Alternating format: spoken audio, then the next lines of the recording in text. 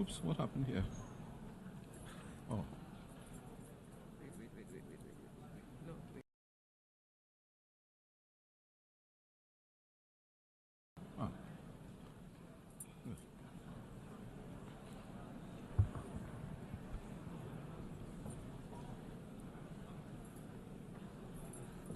I declare the 10th Emergency Special Session of the General Assembly resumed.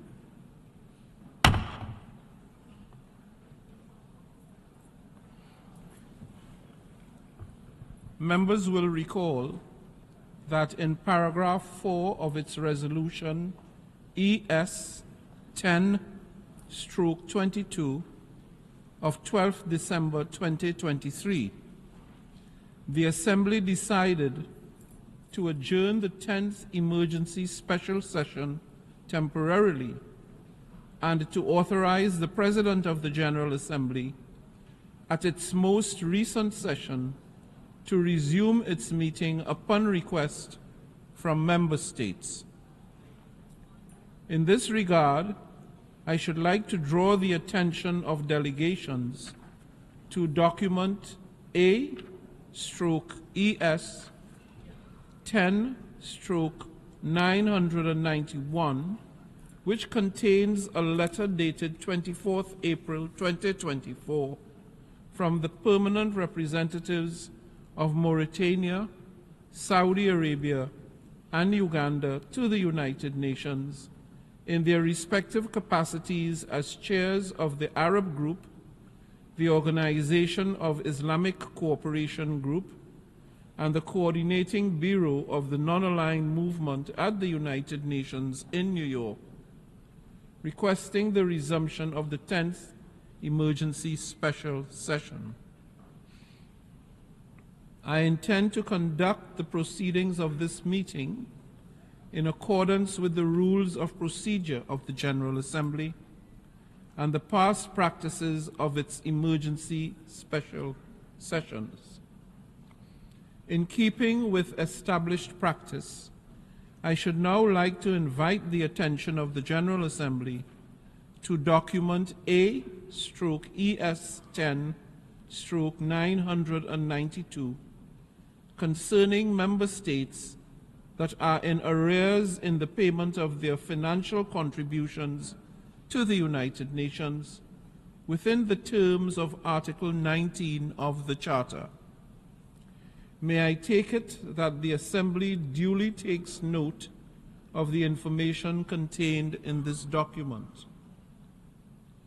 It is so decided. In this connection, I should like to recall that at the 39th plenary meeting of the 10th Emergency Special Session on 26 October 2023, the General Assembly decided to follow the provisions of Resolution 78/2 of 5th October 2023, by which the Comoros, Sao Tome and Principe, and Somalia are permitted to vote in the General Assembly until the end of its 78th session, and to also allow these member states to vote at the 10th Emergency Special Session. The General Assembly will now resume its consideration of Agenda Item 5, entitled Illegal Israeli Actions in Occupied East Jerusalem and the Rest of the Occupied Palestinian Territory. In this connection, the Assembly has before it a draft resolution contained in document A/ES 10/L30, Revision 1. The President will now deliver a statement from the rostrum.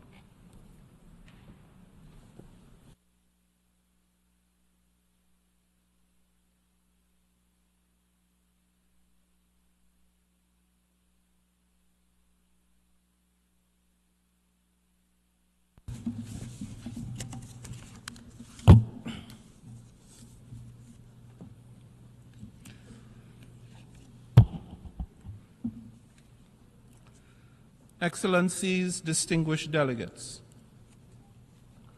decades ago, the situation in the Middle East marked the first significant crisis for the newly established United Nations.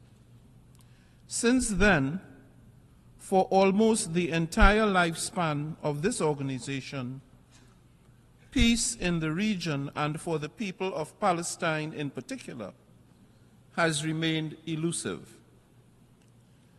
Today, this untenable situation continues to deteriorate at alarming speed, bringing countless innocent victims into its deadly fold and pushing the region further to the brink of full-scale catastrophe.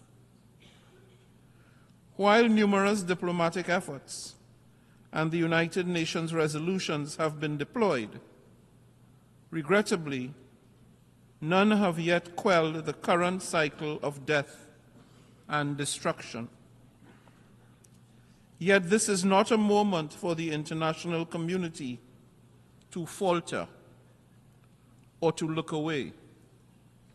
If anything, the horrendous events of the last 7 months have only hastened the urgency of achieving a just, comprehensive, and lasting peaceful solution to the situation in the Middle East. Excellencies, today let us remember the legacy from which we hail. We stand proudly upon the shoulders of those who, many decades ago, recognized their ultimate responsibility to forge a peace that would banish the scourge and terror of war for many generations. Those who knew full well the undesirable role that war and violence played in their own lives, and who made no apologies for imagining and indeed building a more peaceful world beyond it. They understood the value of international cooperation and sought the active participation of all nations, large and small, giving voice to common principles on which they dared to anchor mankind's hopes for a better future. As today's United Nations, we cannot and must not lose sight of the history we inherit, or of the bold proposition that brought our organization into being: peace for all. I repeat, peace for all. Excellencies, this General Assembly is convoked today to pronounce itself within its powers and mandate and to uphold the functions and responsibilities bestowed upon it by the United Nations Charter, including under Article 4. I therefore call upon the membership to purposely assess the situation before us with nothing else in mind but a commitment to peace as our utmost ambition. Most immediately, I urge the parties to this conflict, with the support of those with leverage, to do their utmost to secure an agreement of ceasefire that would end the suffering, end the bloodshed, free all hostages, protect innocent civilians, and ensure immediate, unhindered access of humanitarian aid without conditions. I repeat, without conditions, for all who are in dire need.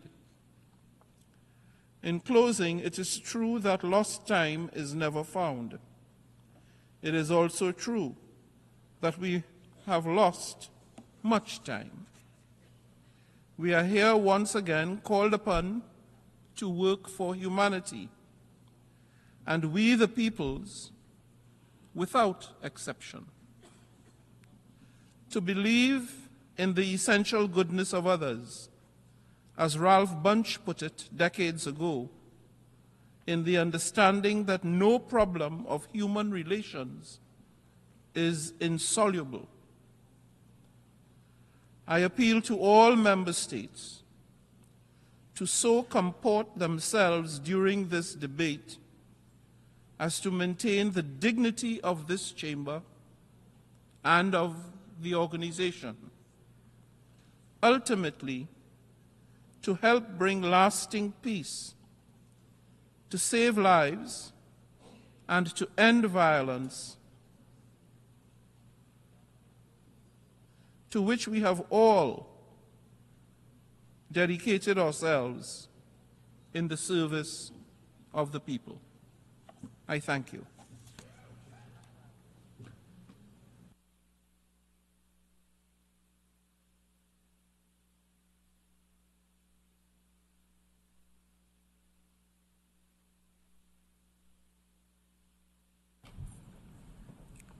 I now give the floor to the distinguished representative of the United Arab Emirates on behalf of the Arab Group to introduce draft resolution A/ES10/L30 revision 1.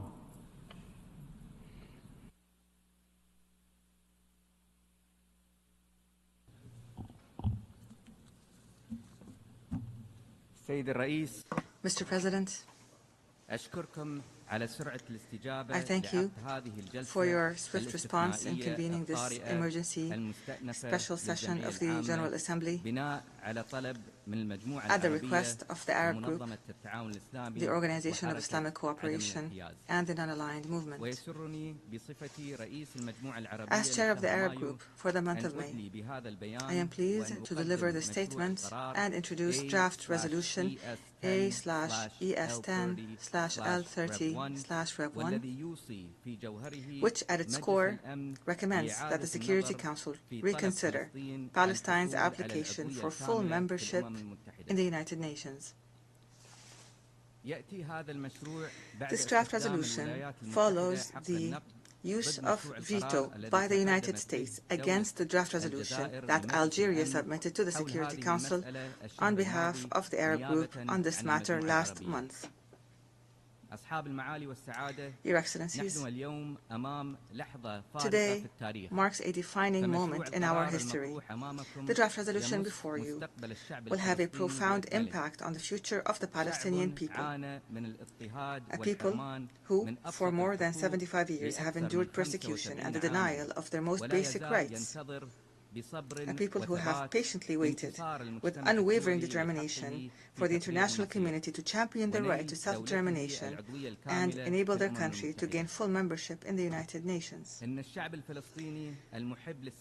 Palestinian people are a peace-loving nation, and they deserve the opportunity to effectively serve humanity through the United Nations. By acceding to international treaties and conventions, and by adhering to the United Nations Charter, and by meeting the criteria for membership, and with obtaining the recognition of 144 states, the State of Palestine has demonstrated that it deserves its place in the international community and is entitled to full membership. The vast majority of countries in this hall are fully aware of the legitimacy of the Palestinian bid and the justness of their cause, which faces fierce attempts to suppress it and render it meaningless today. This is evident in the attempts to forcibly displace the Palestinian people and confiscate their land, and the ongoing expansion of settlements, which fragments the Palestinian state. Added to this are the continuous and condemned Israeli attacks on the Gaza Strip, which have resulted in death and destruction. The recent escalation in Rafah highlights the risk of exacerbating an already unprecedented humanitarian disaster. Israel has disregarded all international resolutions and overtly rejected the two-state solution. Israel has denied the Palestinian people's right to declare their independent and sovereign state. As an international community, we have a responsibility to uphold the internationally agreed-upon terms of reference for ending this conflict, most crucially, the two-state solution based on the borders of the 4th of June, 1967. Granting Palestine full membership in the United Nations will send a powerful message in support of the two-state solution. By voting in favor of today's draft resolution, you will demonstrate that the international community refuses to settle for anything less than upholding the legitimate rights of peoples and rejecting double standards. This is the protective shield for our countries in the face of current conflicts and crises in our world today. Fulfilling the UN's historic obligation towards the Palestinian people is long overdue, but it is never too late. Today, more than ever, the Palestinian people need the support of the United Nations. Today, each country has the freedom to choose its position and how it will be remembered in history. Will you take the side of truth, justice, and the principles of equality upon which the United Nations was founded? Will you defend an international order rooted in the rule of law and the legitimate rights of states to full membership? Will you support a people who have endured occupation and aggression for more than 7 decades? Are we going to send a clear message to the Security Council today that we will not relent in demanding Palestine's right to full membership and that the Council must respond to the will of the international community? Mr. President, Your Excellencies, the draft resolution presented today is unambiguous.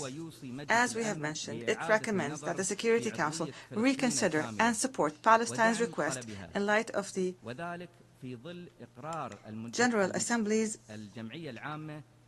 recognition of Palestine's eligibility and the advisory opinion of the ICJ dated May 28, 1948, and in accordance fully with Article 4 of the United Nations Charter. Despite this resolution alone does not do justice to the State of Palestine, as it only grants additional rights, meaning that Palestine will remain an observer state without the right to vote in the General Assembly or put forward its candidature for United Nations organs. Therefore, we call upon the Security Council to respond to the General Assembly, this global body, and to the overwhelming majority of the international community by issuing a positive recommendation on the membership of the State of Palestine. This will enable the General Assembly to decide on Palestine's admission to the United Nations. The draft resolution also affirms the inalienable right of the Palestinian people to self-determination, including the right to establish an independent and sovereign state. The draft resolution also calls for renewed international efforts to end, without delay, Israel's occupation that began in 1967 and to reach a just, lasting, and peaceful settlement to the Palestinian question. Adopting this resolution will represent a historic step towards rectifying the historic injustice inflicted upon the Palestinian people for decades. It will bolster Palestine's status and participation in international fora. Voting against this resolution would be an abandonment of moral and legal responsibilities towards the Palestinian cause. It may also be interpreted as a green light for Israel to continue its violations which undermine the two-state solution. Therefore, the Arab group calls on all peace-loving nations that defend the legitimate rights of states to vote in favor of this resolution. وأخيراً Finally, while the Arab Republic of Egypt and the State of Qatar continue their tremendous efforts to reach an immediate and permanent ceasefire in Gaza, the Arab group emphasizes the importance of the international community creating a serious political horizon to relaunch the negotiating process that would contribute to achieving a just and comprehensive peace for the Palestinian people in accordance with the Arab Peace Initiative and other international references. Mr. President, before I conclude, I kindly request that you suspend the debate at 11 a.m. this morning to proceed to take action on draft resolution A/ES10/L30/Rev1, given the importance of the matter, with the understanding that the debate would resume immediately after the vote on the draft resolution and that the 10th emergency session would be temporarily adjourned after the conclusion of the debate. I thank you, Mr. President.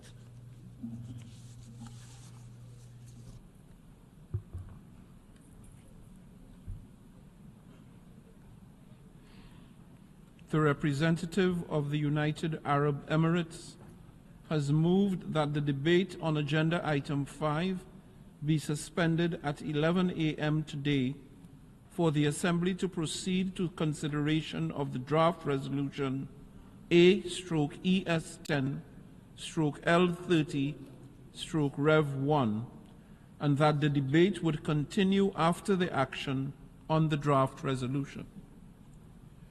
It is my understanding that, without setting a precedent, if the Assembly were to decide to suspend the debate at 11 a.m. today to proceed to consideration of draft resolution A/ES10/L30/Rev1 and to continue the debate after the action on the draft resolution, and if the Assembly were to subsequently adopt the draft resolution, the 10th emergency special session would be adjourned temporarily following the conclusion of the debate on item 5. Is there any objection to the motion? I hear no objection. It is so decided.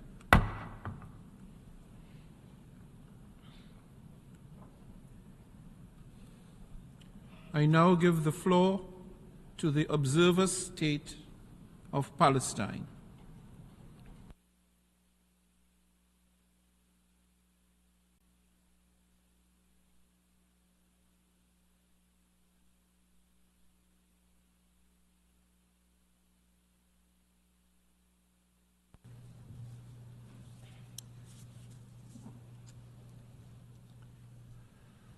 Mr. President, dear colleagues, I stand before you as lives continue falling apart in the Gaza Strip, torn apart in the most brutal and devastating ways. I stand before you as more than 35,000 Palestinians have been killed, 80,000 have been maimed, 2 million have been displaced, and everything has been destroyed. No words can capture what such loss and trauma signifies for Palestinians, their families, communities, and for our nation as a whole. As Palestinians in Gaza have been pushed to the very edge of the Strip, to the very brink of life, and in the ever-narrowing space they are besieged in, bombs and bullets continue hunting them down. I stand before you as famine is settling in, by design and by the decision of the Israeli government, killing the most vulnerable among our people, children and women. Israel closed the crossings instead of opening them, including the Rafah crossing, seizing by force the Palestinian crossings point of Rafah. Humanitarian convoys were attacked with its blessing, and the UNRWA headquarters was assaulted with its complicity. At the time where the world was calling to flood Gaza with humanitarian aid and calling for a ceasefire, Israel imposed a drought. Its plan has not changed: destroy and displace. I stand before you as every inch of Gaza has witnessed massacres, as mass graves continue to be uncovered where hospitals used to stand, as the world is barely starting to grasp the cruel and extensive nature of the actions committed against the Palestinian people. I stand before you as the Israeli Prime Minister is ready to kill thousands more to ensure his political survival, as he openly declares the Palestinian state is an existential threat, and together with his co-conspirators continues, 76 years after the Nakba, to try and finish the job. Israel's war is against the Palestinian people as a whole. Its occupation forces and settlers kill daily in the West Bank, including East Jerusalem. Its bulldozers displace Palestinian communities and demolish Palestinian homes everywhere. I have heard many praise the resilience of the Palestinian people, and we are resilient. But no nation, no family, no person should have to endure such suffering for so long.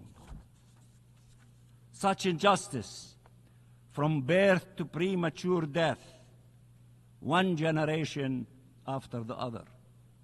No parents should know such fear, such powerlessness. No children should have to suffer in their flesh what Palestinian children are experiencing. As we speak, 1.4 million Palestinians in Rafah wonder if they will survive today and wonder where to go next. There is nowhere left to go. Mr. President, I have stood hundreds of times before at this podium, often in tragic circumstances, but none comparable to the ones my people endure today. I have stood hundreds of times before at this podium, but never for a more significant vote than the one about to take place, a historic one.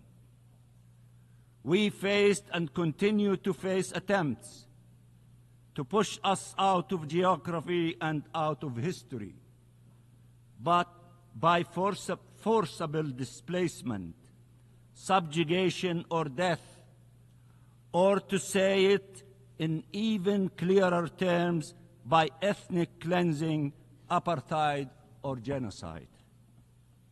Against all odds, we survived. Our flag flies high and proud in Palestine and across the globe and on the campus of Columbia University.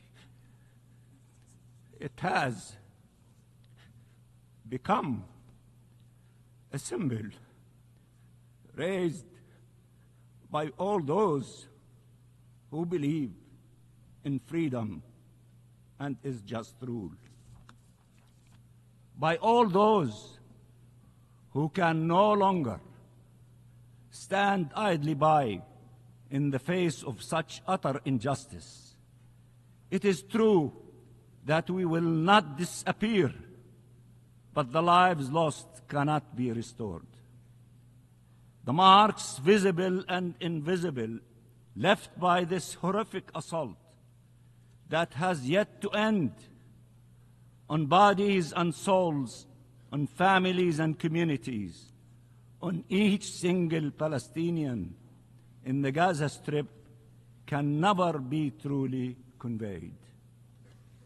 We did not write the UN Charter. We did not enact international law.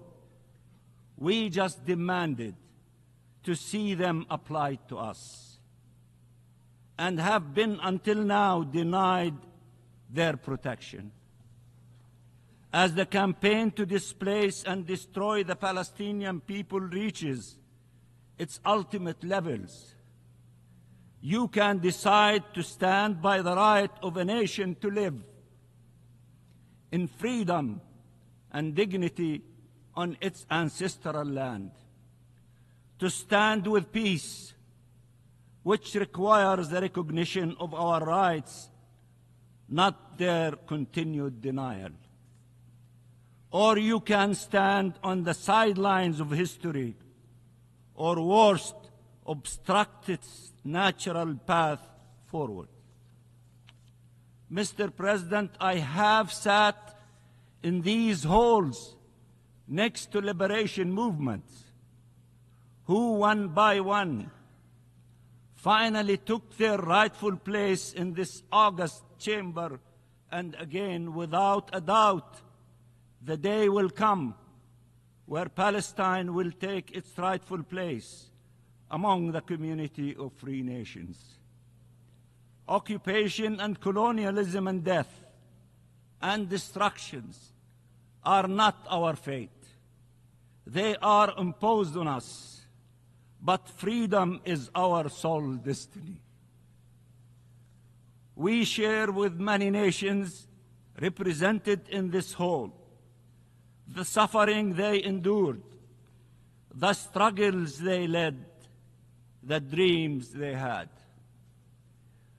You have been witnesses to the story of Palestine, and you can only look at it from the prism of your own people's journeys towards liberation. Liberation so life can prevail. Liberation so peace can prevail. We want peace. We want freedom. There is no word harder to pronounce when tens of thousands of your people have been killed. We do not use it lightly. We want peace. Our freedom is not an obstacle to peace. It is the only path leading to it. If you do not support our freedom, you do not support peace.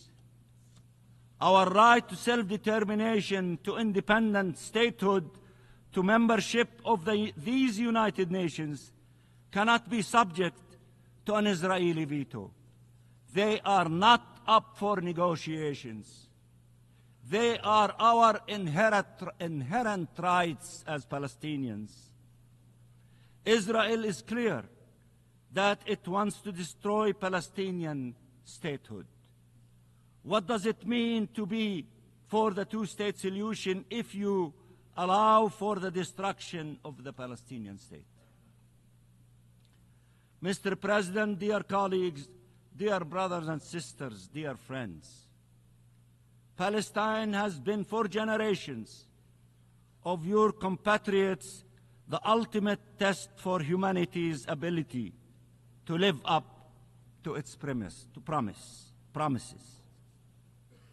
And it is once again, for this generation, the ultimate measure of the quest for justice. Its name was embraced by your founding fathers and your greatest leaders, and by our peoples. It is an integral part of the legacy of your ancestors and of the engagement of your younger generations. people from all creeds and faiths and race and age, in the biggest cities and in the most remote villages, are mobilizing for Palestine, mobilizing for a ceasefire, for an end of the occupation, for freedom and justice, and for peace. Mr. President, the UN Charter was often invoked during our negotiations, and we will always abide by the Charter, including when the processes it forces and limitations it imposes are to our detriment, and including after having been confined in an observer status for 50 years now.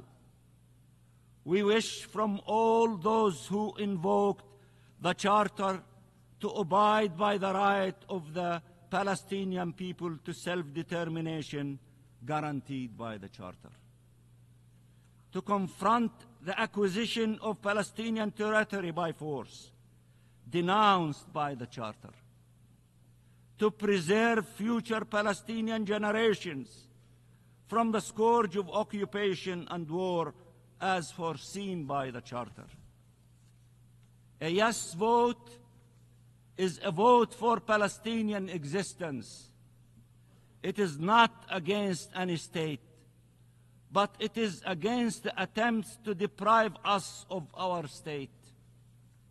That is why the Israeli government is so opposed to it, because they oppose our independence and the two-state solution altogether.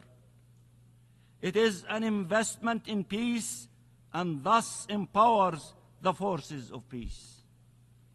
How can anyone explain that Israel was admitted to the United Nations 75 years ago on the power of a resolution that foresaw two states, and without awaiting an end of the conflict, and while continuing to deny our rights and our existence, and that the State of Palestine, 75 years later, is still required to wait and remains met by a closed door preventing it from being admitted to this organization.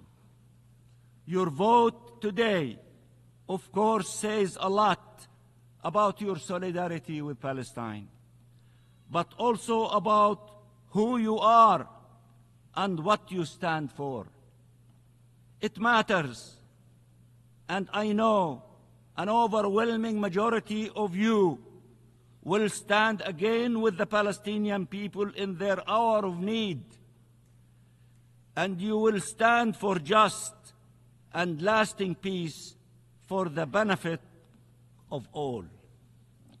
In simple words, voting yes is the right thing to do, and I can assure you, you and your country for years to come will be proud to have stood for freedom, justice, and peace in this darkest hour. As everyone is saying, free Palestine, and peace for all. And I repeat, free Palestine, and vote yes for the resolution, and I thank you so much.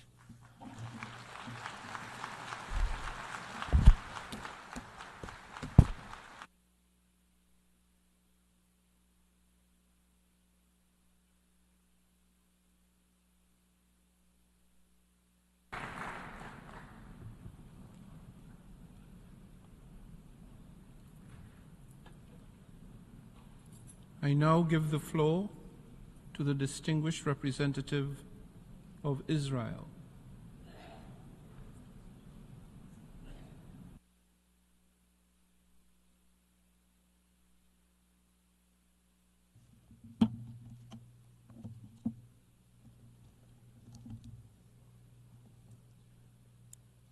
Thank you, Mr. President. Over 85 years ago, as World War II began, a force of sheer evil rose up with the goal of dominating the planet through genocide and destruction. After Hitler's rise to power, the Nazis sought to subjugate humanity under their iron fist while annihilating the Jewish people, but not only us, all those who they deemed subhuman.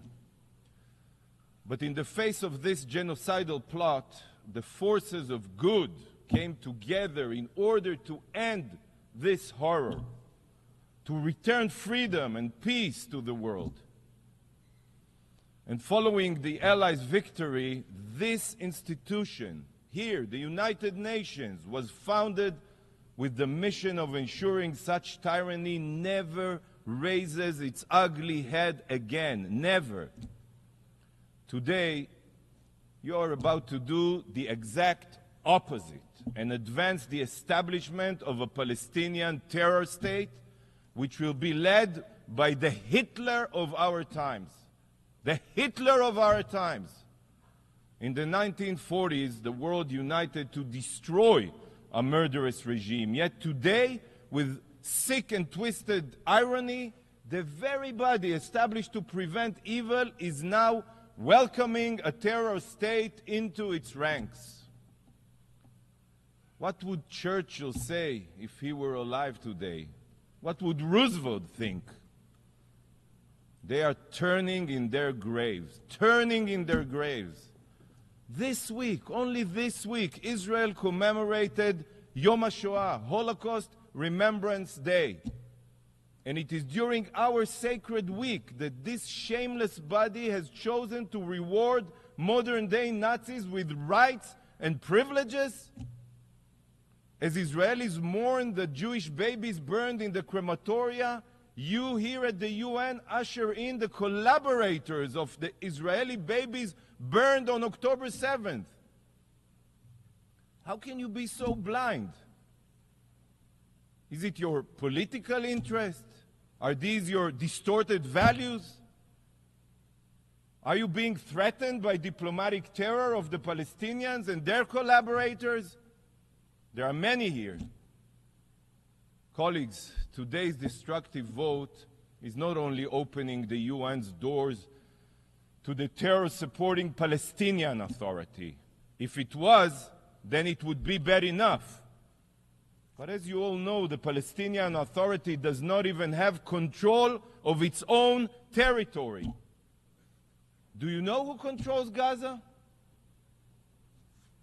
You probably have forgotten, because in all of your resolutions here since October 7th, you have failed to even call them out by name.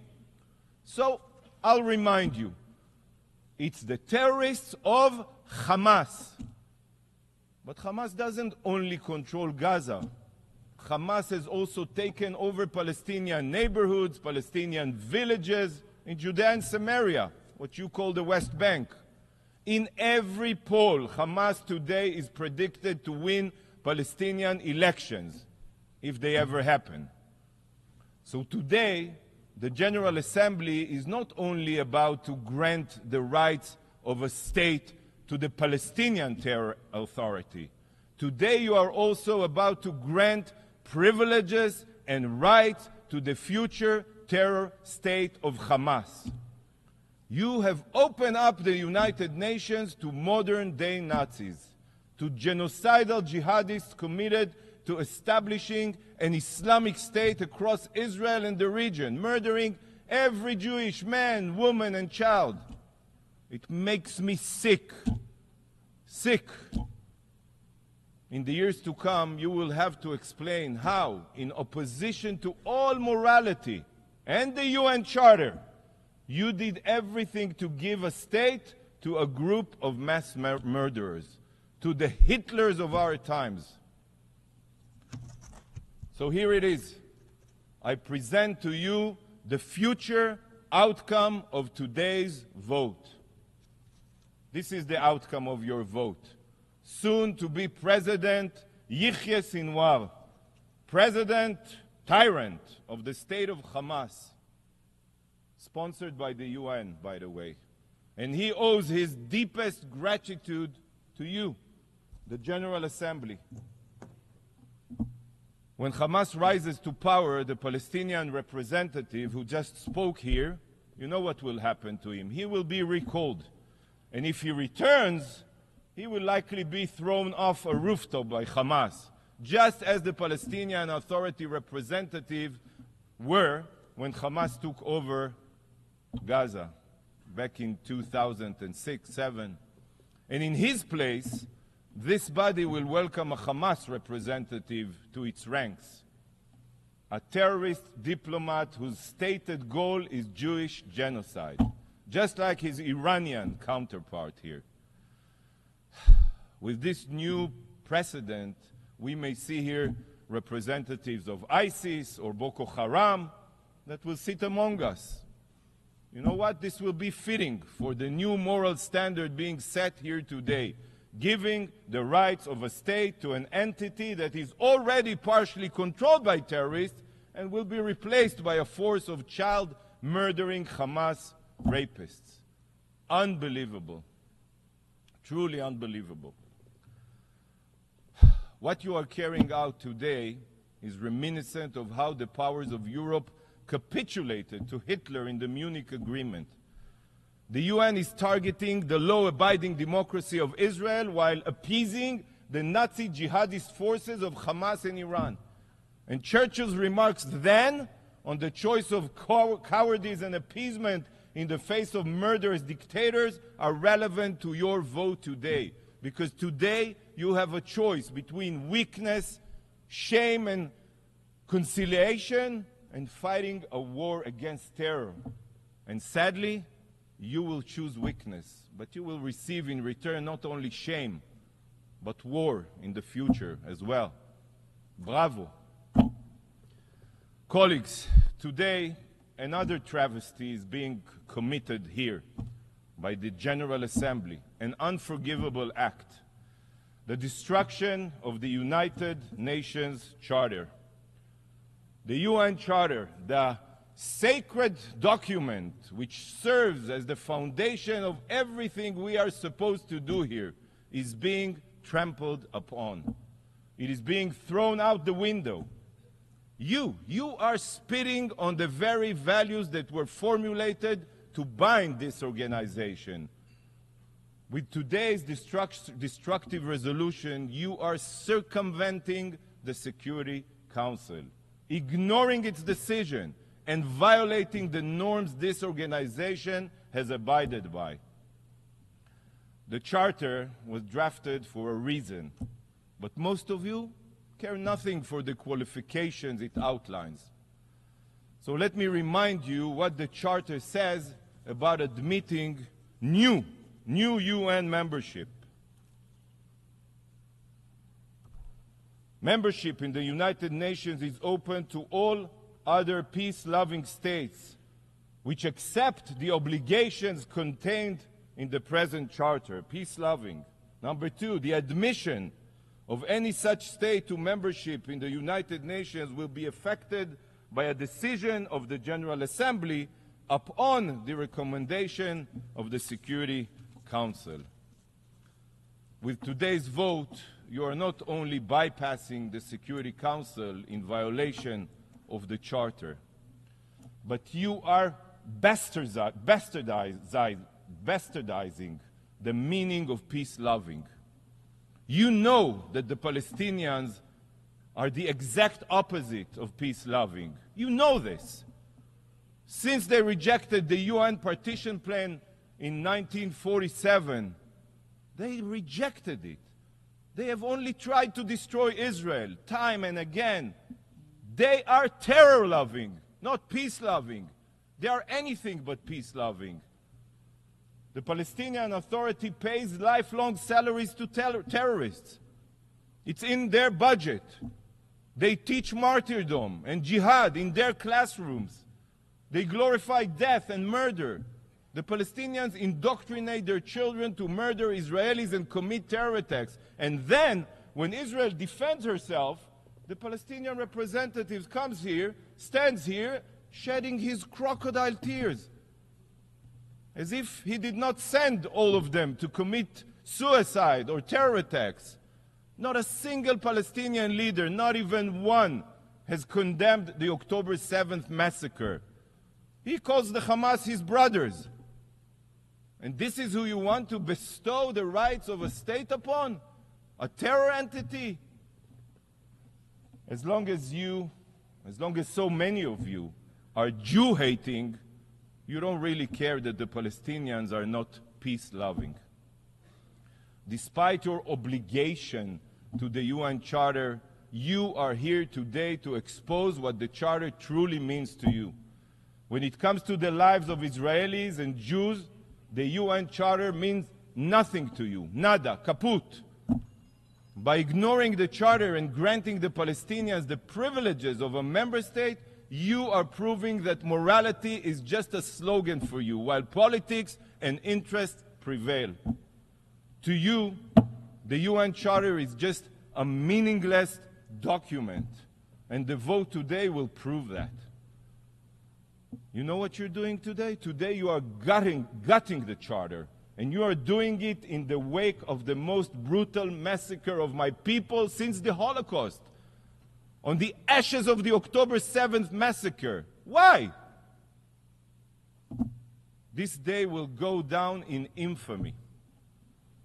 The UN, an organization that was established in the aftermath of the systematic murder of 6 million Jews, pays no heed to its founding charter and is advancing another genocidal regime that threatens the existence of the Jewish people. And I want the entire world to remember this moment, to remember this immoral act. So today, I will hold up a mirror for you. A mirror.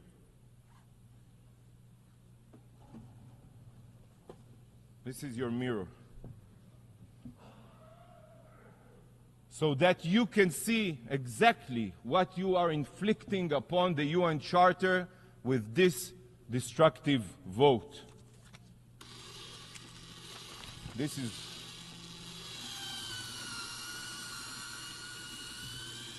you are shredding the UN Charter with your own hands.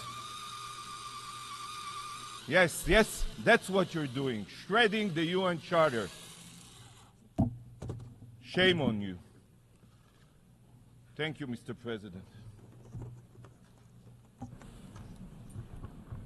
I thank the distinguished representative of Israel.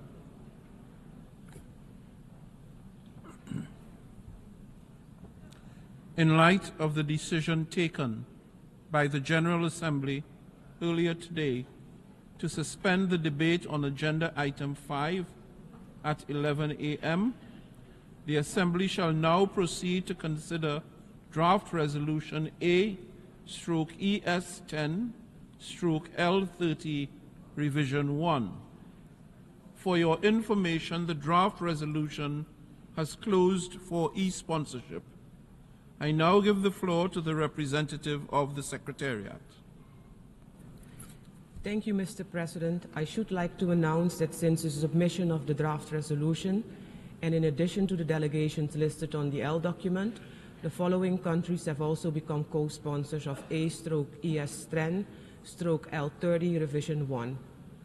Afghanistan, Algeria, Angola, Azerbaijan, Bahamas, Belgium, Botswana, Brazil, Brunei Darussalam, Burkina Faso, Cambodia, Chile, China, Comoros, the Democratic People's Republic of Korea, the Dominican Republic, Eritrea, Honduras, Indonesia, Iraq, Ireland, Kazakhstan, Kyrgyzstan, Lao People's Democratic Republic, Mauritius, Mozambique, Nigeria, Norway, Peru, Senegal, Sierra Leone, Slovenia, Somalia, Spain, Sri Lanka, Suriname, Tajikistan, Thailand, Trinidad and Tobago, Turkey,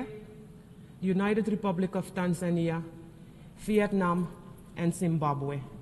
If any other countries wish to co-sponsor AES 10/L30 Revision 1, please signify by pressing the microphone button.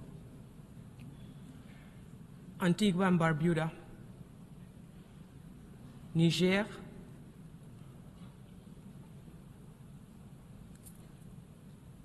that's it, Mr. President. I thank you.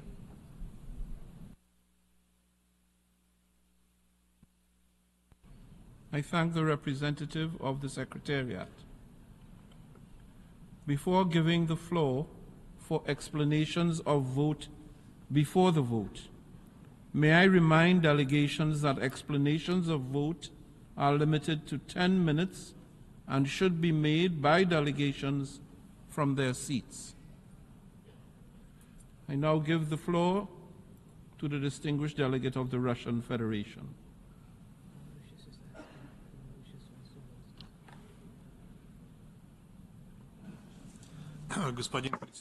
President, 7 months ago, another escalation in the Palestinian-Israeli conflict began. We won't dwell on its horrific consequences that it has had so far. We'll simply say that over this time, as a result of the Israeli military operation, more than 35,000 people have died in Gaza alone, many of them are women and children. Another 78,000 civilians have been injured. This monstrously tragic statistic has nothing comparable to it in modern history. If Israel goes ahead with its plan to assault Rafah, where more than 1.5 million people have congregated who fled from all corners of Gaza, catastrophe will be destroyed. Practically all civilian infrastructure, including schools and hospitals, has been destroyed. These evaluations of the catastrophic situation in Gaza is something that's shared by the vast majority of the international community, which we can see here for ourselves today. President, the tragic situation on the ground reaffirms the position of our country and the vast majority of the international community about the need for, alongside efforts for a ceasefire, to not forget about the importance of creating the conditions for direct dialogue between Palestinians and Israelis on a whole host of final status issues. The outcome of this process should be the implementation of the two-state formula approved by the international community. Israel and Palestine living side by side in peace and security within 1967 borders with East Jerusalem as its capital. For this dialogue to succeed, Israel and Palestine need to be on equal footing vis-à-vis Security Council decisions. Inter alia, it is our common duty to redress the historic injustice regarding the aspirations of the Palestinian people to their own sovereign and contiguous state, something that should have been adopted at the UN in 1948. We are convinced that fully-fledged membership of Palestine of the UN would help provide an equal initial negotiating position with Israel, who received this fully-fledged status more than 75 years ago.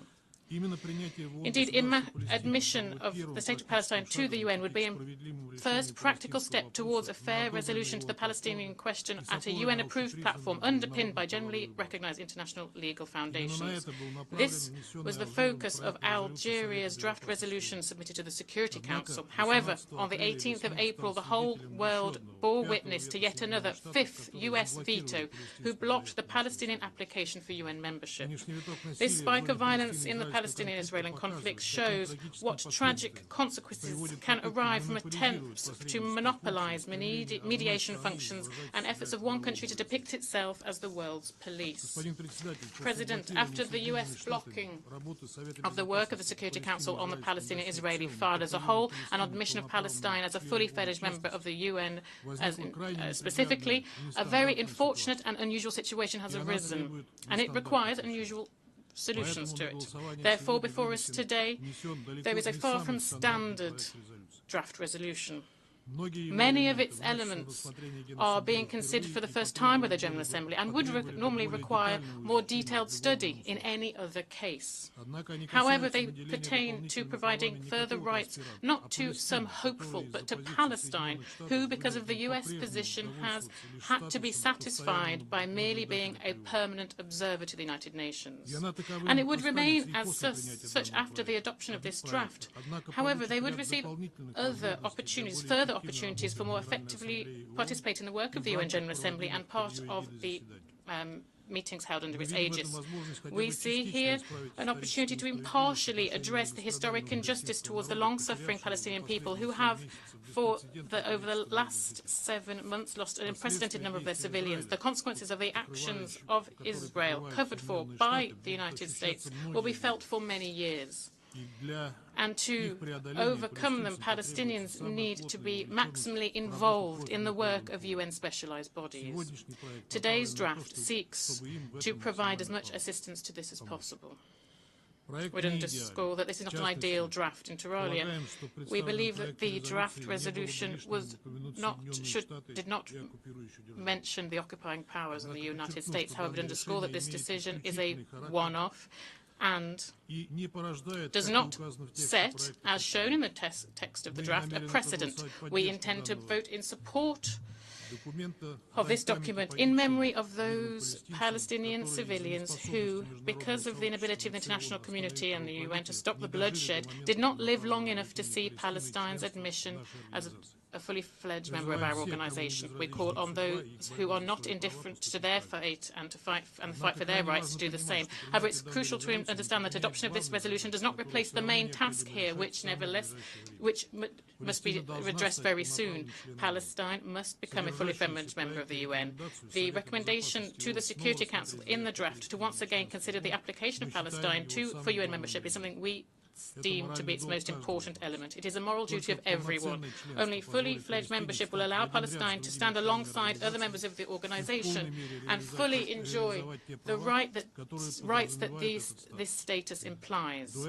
Before this, the path set forth in the UN Charter still needs to be followed. We hope that this time the US, who today has had every opportunity to see for themselves the vast support of the international community, will not block at the Security Council a positive decision to this question, and will soon, at the UN General Assembly, the GA will be able to consider, upon a positive recommendation of the Council, a draft resolution on the admission of Palestine to the UN family. The Palestinian people have long merited this. Thank you for your attention. I thank the Russian Federation for its statement, and I now invite the delegation of Pakistan to take the floor.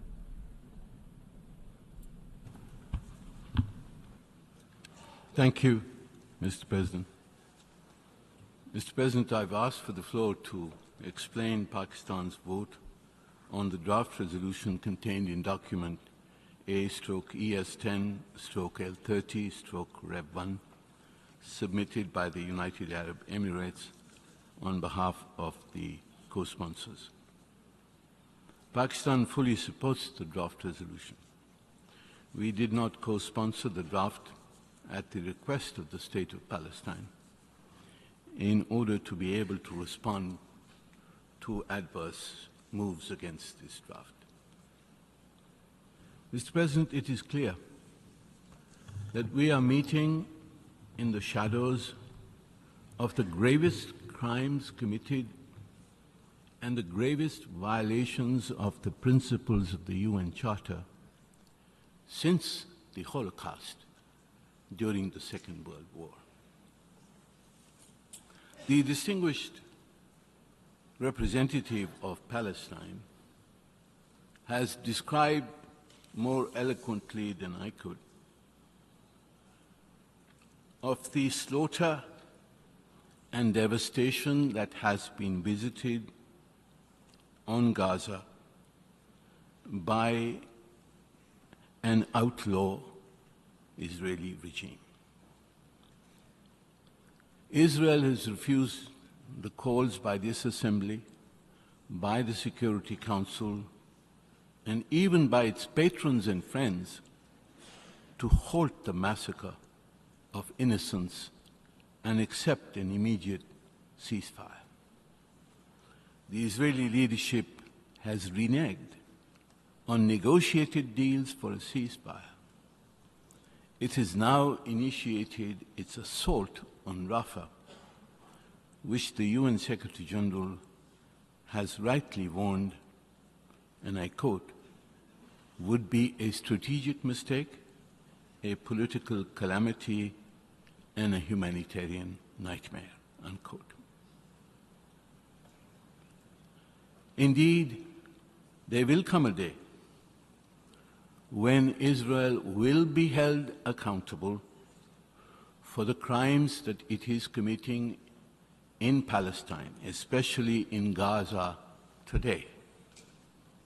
And we shall work towards holding Israel and its leadership accountable for these crimes.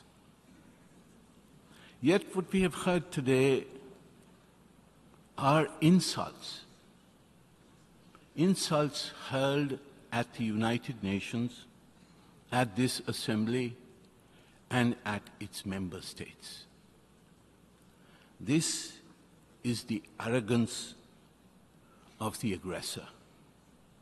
It reflects the impunity of the occupier of a land for over 70 years, trampling the inherent and charter-given right of the Palestinian people to self-determination. And we hope that the Assembly will appropriately respond to such insults, because I think it is contrary to the expectations of a member state and to the standards and practices of the United Nations. Mr. President, today the General Assembly is asked to take a first step towards a final settlement of the conflict, an important step to rectify the historic injustice against the Palestinian people. It was as a result of this Assembly's vote in 1947 that Palestine was partitioned between Israel and a Palestinian state. Yet only Israel is a member of the United Nations. The Palestinian people have been denied their right to self-determination since 1947. And after 1967, they have been obliged to live under Israel's brutal occupation. This General Assembly can partially redress this historic injustice by admitting Palestine as a full member of the United Nations. It meets all the criteria of membership. Its membership enjoys the support of the vast majority of the UN member states. It is regrettable, therefore, that Palestine's membership has been blocked in 2011 and again 2 weeks ago by the negative vote of one permanent member of the Security Council. The assertion that Palestine's admission can happen only through negotiations reflects the inequity of this position. Negotiations must have a level playing field.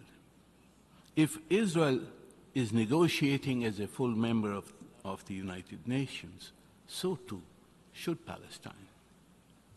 Mr. President, the adoption of the draft resolution contained in document L30 Rev 1 will determine, I am sure with the near unanimous support of member states, that Palestine is qualified for membership.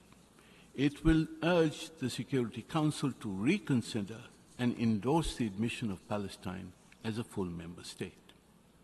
In the meantime, the General Assembly would accord all the rights for the fullest possible participation of the State of Palestine in the General Assembly and other UN organs and conferences.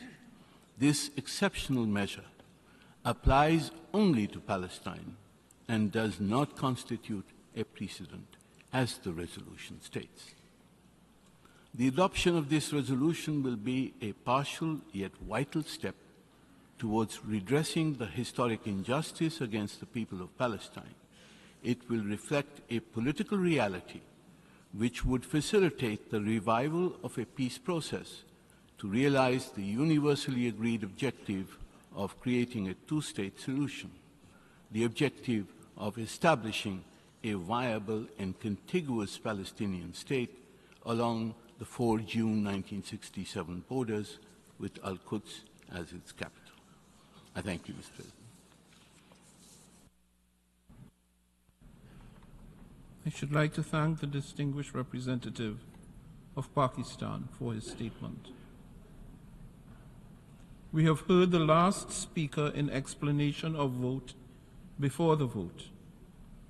Before proceeding to take a decision on draft resolution A/ES10/L30/Rev1, I wish to address the question concerning the majority required for the adoption of the draft resolution. In light of Article 18, paragraphs 2 and 3 of the Charter of the United Nations, is there any objection to taking action on draft resolution A/ES10/L30/Rev1 by a two-thirds majority of the members present and voting? I see no objection. The two-thirds majority of members present and voting is therefore required for the adoption of draft resolution A/ES10/L30/Rev1.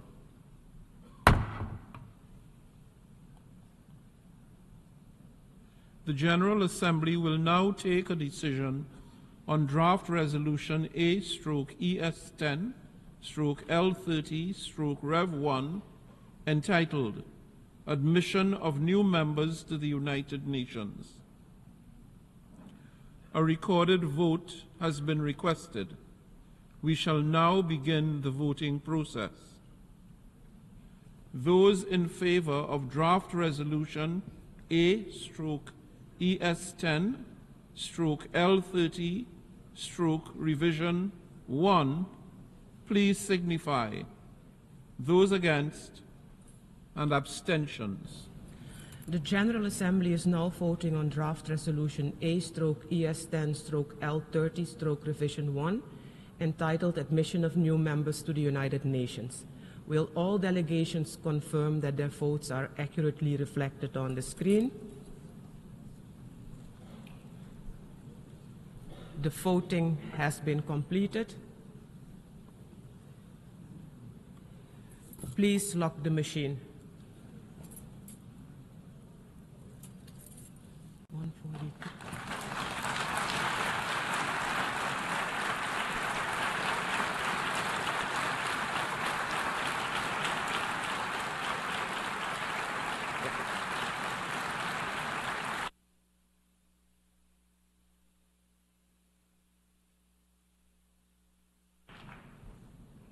The result of the vote is as follows. In favor, 143. Against, 9. Abstentions, 25. Draft resolution A/ES10/L30/Rev1 is adopted.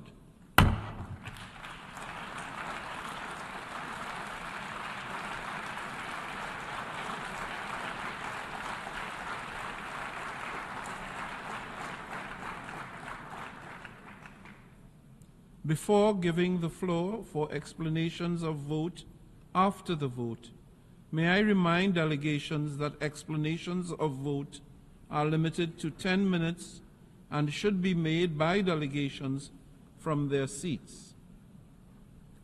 I now give the floor to the delegation of Singapore.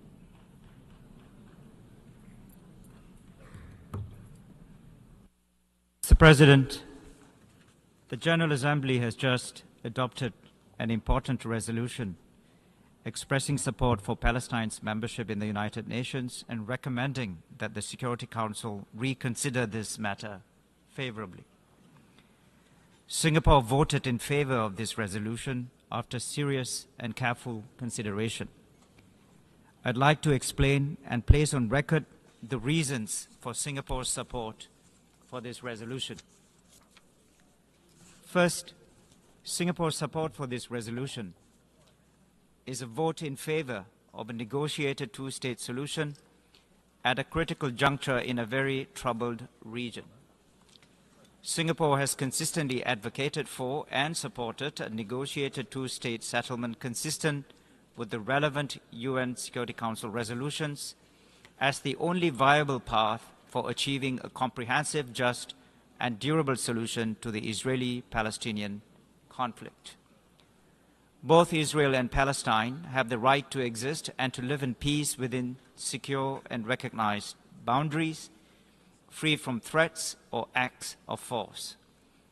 Singapore joins the rest of the international community in calling on leaders of both sides to show leadership and courage and take the difficult but necessary steps towards a two-state solution. The prospect for peace between Israel and Palestine have become even bleaker, and this is precisely why we must do everything possible to cease hostilities and revive efforts to work towards a two-state solution. The heinous terrorist attacks by Hamas on the 7th of October last year brutally killed over 1,200 Israelis and other nationalities, with the taking of more than 200 hostages, many of whom remain in captivity. These attacks cannot be condoned or justified by any history of injustice, enmity, or conflict between Israelis and Palestinians, and Singapore has repeatedly condemned them. In response, Israel has exercised its legitimate right of self-defense, but Israel's military actions have gone too far and caused far too much human suffering and property destruction. The death of around 35,000 Palestinians and the humanitarian disaster in Gaza is tragic. The result of these events has been outrage on both sides, breakdown of the fragile trust between both peoples, and the shattering of any sense of security for both Israelis and Palestinians. As a friend of both sides, we are deeply grieved by this state of affairs. Singapore's vote today reflects our heartfelt desire to see both parties resume direct negotiations in good faith, demonstrating courage to take the tremendously difficult but essential first steps towards a two-state solution and a durable peace. We recognize that this will be a painful and long-drawn process. The work to rebuild trust and restart through direct negotiations. Secondly, Singapore's support for the resolution is in line with our consistent and long-standing support for the principles of international law and the implementation of all relevant UN resolutions. The General Assembly Resolution 181, amongst other things, divided the mandate of Palestine into separate Arab and Jewish states. The UN Security Council Resolutions 242 and 338 called for the withdrawal of Israel's armed forces from territories occupied in the Six-Day War. Subsequent resolutions have referred explicitly to a two-state solution. Unfortunately, these resolutions have never been implemented. Thirdly, we support the right of the Palestinian people to a homeland. In 1988, Singapore welcomed the Palestinian Liberation Organization's proclamation of the State of Palestine. We did so in the context of a two-state solution. At that time, the Palestine National Council had expressed support for an international conference in accordance with UNSC Resolutions 242 and 338. Most importantly, the PLO explicitly rejected terrorism and recognized the right of the State of Israel to exist. We saw these moves as progress towards a durable solution for this long-standing conflict. Fourthly, in supporting this resolution we adopted today, Singapore reiterates that terrorism has no place in any process leading to a stable and peaceful political solution. Groups, including Hamas, that continue to deny Israel's existence or refuse to renounce terrorism have no place in a Palestinian state. To create the foundations for a lasting peace, we must restore hope and offer the possibility of peace as an alternative to the endless cycle of violence and retribution. As a friend of both Israel and Palestine, we urge both sides to eschew violence and resume negotiations towards a two-state solution with the help and support of the international community. Mr. President, notwithstanding our support in favor of the resolution, Singapore reserves its position on the scope of the annex to the resolution. In our view, any additional rights and privileges to be granted under the resolution must be granted in a manner that is entirely consistent with the UN Charter. This is important, not only in this case, but also for similar future cases, because the UN Charter, which binds member states, provides for the exercise of certain rights and obligations only by member states. I thank you very much for your attention. I thank the distinguished representative of Singapore. Before giving the floor to the next speaker, may I call upon all participants to keep their voices down so that we can listen to statements.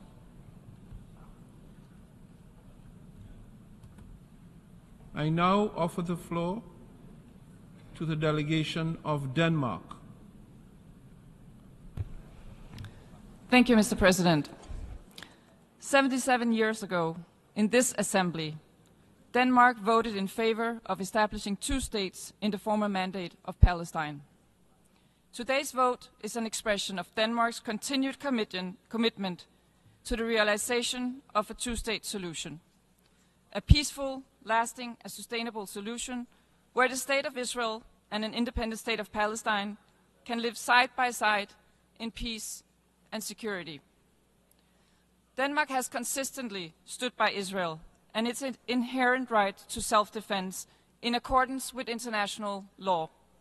We have also supported the Palestinian right to statehood and the building of the Palestinian Authority, and we continue to do so.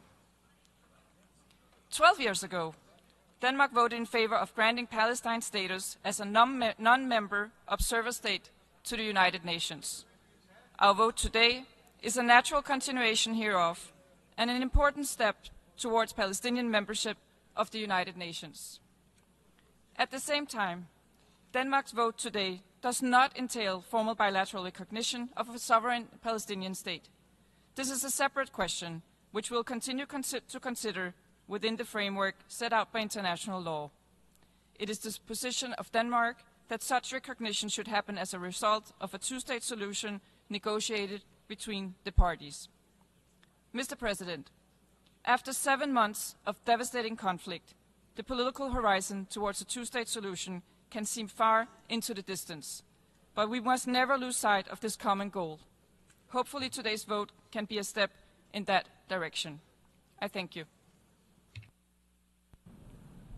I thank the distinguished delegate of Denmark, and I now invite the distinguished delegate of the Islamic Republic of Iran to take the floor. In the name of God, the compassionate and merciful, Mr. President, the Islamic Republic of Iran expressed its support for Palestine's full membership in the United Nations.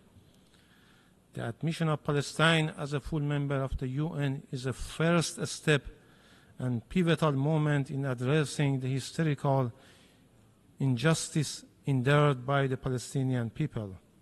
We reiterate the operative paragraph 1 of the resolution just adopted, upon which the General Assembly determines that the State of Palestine is qualified for membership in the United Nations in accordance with Article 4 of the Charter, which means it is a peace-loving state, is able and willing to carry out the obligations of the Charter, and should therefore be admitted to membership in the United Nations. The Islamic Republic of Iran acknowledged and supports the General Assembly decision today. The decision represents a modest yet crucial step in fulfilling the international community's obligation toward the people of Palestine and restoring some of Palestinians' inherent rights. Palestine has demonstrated its commitment to peace and its ability to fulfill the obligation on the UN Charter. Consequently, it deserves full membership in the United Nations. Conversely, the Israeli regime's actions disqualify and render this regime ineligible as a peace-loving entity capable of holding the UN Charter's obligations. The Israeli regime consistently violates international law, the UN Charter and UN resolutions. It refused to comply with the legally binding orders of International Court of Justice and persists in egregious violation, including massacre, war crimes, crime against humanity, and act of genocide. The appalling reports of mass graves discovered in the Nasser and Ash-Shafa medical facilities in Gaza paint a harrowing picture of the war crimes and crimes against humanity perpetrated by this regime. Approximately 400 bodies, including women and children, were found buried, serving as a stark example of the regime's brutality and disregard for human life. These actions run counter to the fundamental value of the United Nations and all basic norms and principles of international law and threaten international peace and security. We regret that the United States has obstructed the draft press statement of Security Council proposed by Algeria, which calls for an impartial, transparent, and international investigation. This responsible behavior by U.S. is unacceptable, reckless, and contradicts the international community's will. Mr. President, despite the overwhelming support by the international community, the U.S., as a staunch supporter of the occupying regime, has once more chosen to blind its eye to the reality and made cynical efforts to hinder the realization of the noble aspiration of Palestinian people for full membership. However, today's vote shows how the United States is isolated in its unconditional support of the Israeli regime. We trust that today's vote sends a clear message to the Security Council. Upon the adoption of this resolution, we hope that the Security Council will be able to reconsider its previous stance regarding the Palestinian request for full membership. Mr. President, the Islamic Republic of Iran firmly believes that support for the cause of Palestine and Palestinian people must continue until they can realize their fundamental rights, in particular their right to self-determination and the establishment of an independent state of Palestine in all occupied territories with Al-Quds al-Sharif as its capital. As we have stated before, we are of the view that the return of Palestinian refugees to their homeland and the holding of a referendum on the self-determination represents the most effective and durable solution to the Palestinian question. Through a referendum, Palestinian Muslims, Jews, and Christians will be able to choose their own political system and enjoy their right fairly and equally. In conclusion, my delegation voted in favor of the resolution and consider it as a demonstration of international community's strong support for the cause of Palestine, particularly the Palestinian people's realization of their inalienable right to self-determination. While we welcome the adoption of the resolution, our hearts go out to the people of Gaza and Rafah, who endure the ongoing atrocities committed by Israel. Iran remains steadfast in advocating for the establishment of a sustainable ceasefire, recognizing it as an urgent and dispensable requirement of the Gaza well-being at this critical juncture. Finally, we would like to put on record that our support for the resolution is without prejudice to our long-standing and constant principled position on issues related to the question of Palestine and the non-recognition of Israeli regime. I thank you, Mr. President. I should like to thank the representative of the Islamic Republic of Iran, and I now invite the representative of Czechia to take the floor. Mr. President, let me right at the outset reiterate Czechia's full support for the people of the West Bank and Gaza in their pursuit of political aspirations for their own future statehood. For this to be viable, however, it must be a result of a comprehensive peace agreement guaranteeing security, political stability, and democratic development for both Israel and Palestine. First and foremost, addressing the deep humanitarian crisis in Gaza is a matter of great urgency, as it is a critical element in any meaningful process leading to the future Palestinian state. Indeed, parts of the Strip are still under the control of Hamas, which launched its horrific terrorist attack on Israel on the 7th of October, triggering this war and resulting in its tragic consequences for thousands of civilians. We strongly support the joint statement issued by the 18 member states' leaders on the 25th of April, which calls on Hamas to immediately release all hostages and pave the way for a ceasefire. Mr. President, today we voted on a draft resolution that seeks to enhance the Palestinian status at the United Nations after its application for a full UN membership was not recommended by the Security Council. The people in the region deserve the prospect of a peaceful solution that will permanently resolve the conflict. But neither the UN membership nor the enhanced rights at the United Nations alone can bring peace and prosperity to the Palestinians. Achieving peace requires more. It requires courage to come together at the negotiating table and make difficult political decisions and compromises. And that is actually what we should all strive for. In this regard, it is vital to reestablish a political horizon towards a two-state solution. A negotiated agreement remains the only viable path to achieving lasting security and peace for all. We also encourage the region to embark on a path of cooperation, including through the Abraham Accords, to foster a better future for the Middle East. This General Assembly resolution intends to bypass a highly complex political process through a decision that could potentially sow further divisions and hinder peace talks in an already very fragile conflict situation. Furthermore, it attempts to circumvent the established legal procedures for admission of new members to the United Nations family by awarding rights and privileges of a member state to an observer. This is in contradiction with the intention of the UN Charter. Mr. President, precisely for these reasons, Czechia was not in a position to support the draft resolution, and we voted no. I thank you. I thank the representative of Czechia, and I now invite the representative of the United States to take the floor. Thank you, Mr. President. President Biden has been clear that sustainable peace in the region can be achieved only through a two-state solution, with Israel's security guaranteed, where Israelis and Palestinians can live side by side with equal measures of freedom and dignity. It remains the U.S. view that unilateral measures at the UN and on the ground will not advance this goal.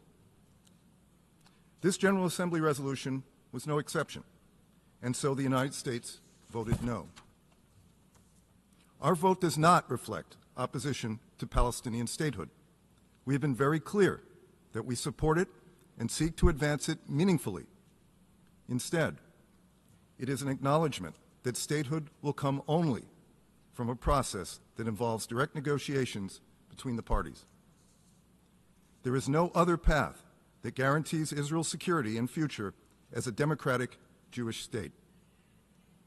There is no other path that guarantees Palestinians can live in peace and with dignity in a state of their own. And there is no other path that leads to regional integration between Israel and all its Arab neighbors, including Saudi Arabia. The United States is committed to intensifying its engagement with the Palestinians and the rest of the region to advance a political settlement that will create a path to Palestinian statehood and subsequent membership in the United Nations. This resolution does not resolve the concerns about the Palestinian membership application raised in April in the Security Council through the Admissions Committee process. And should the Security Council take up the Palestinians' membership application as a result of this resolution, there will be a similar outcome. Additionally, the draft resolution does not alter the status of the Palestinians as a non-member state observer mission. Even this unproductive text makes that explicit. As a result of this vote, the Palestinian non-member state observer mission has not gained the right to vote in the General Assembly. It also has not gained the right to put forward candidates in UN organs or to be elected as a member of the Security Council. In short, the Palestinians' non-member state observer mission does not have the same standing as a member state after this vote. In the meantime, the United States will continue to oppose measures that undermine the prospect of a two-state solution. This includes any actions that violate the principles that Secretary Blinken has affirmed repeatedly, that Gaza cannot be a platform for terrorism, that there should be no Israeli reoccupation of Gaza, and that the size of Gaza's territory should not be reduced. We believe a two-state solution coupled with these elements is the best way to achieve a durable peace in the region, along with security for Israelis and Palestinians. It remains the U.S. view that the most expeditious path toward statehood and UN membership for the Palestinian people is through direct negotiations between Israel and the Palestinian Authority with the support of the United States and other partners. Thank you, Mr. President.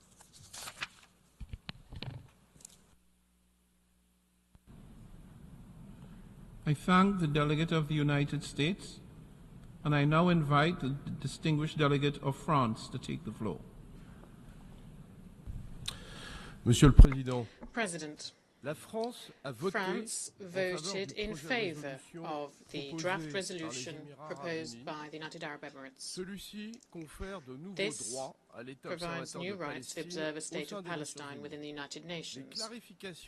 The clarifications provided in the resolution regarding the right to vote and the right to be elected, which are the prerogative of member states alone, is something that's welcome. France recalls that the procedure for admitting a new member state is defined by the states, by the Charter, and it must not be circumvented. France is in favour of the admission of Palestine as a full member of the United Nations, and that's why we voted in favour of the draft of the resolution presented by Algeria at the Security Council. It is high time to put the work of the United Nations within a perspective of overall political solution to the Israeli political conflict on the basis of this two-state solution. This is the only way of meeting the security needs of Israel and the legitimate aspirations of Palestinians to a state. This is the thinking behind the resolution that we presented to the Security Council. We call on all its members to support it and to support a view to peace. President, France condemns the terrorist attacks of Hamas and other terrorist groups on the 7th of October. France continues to demand a ceasefire and the release of all hostages, continue to demand full humanitarian access too.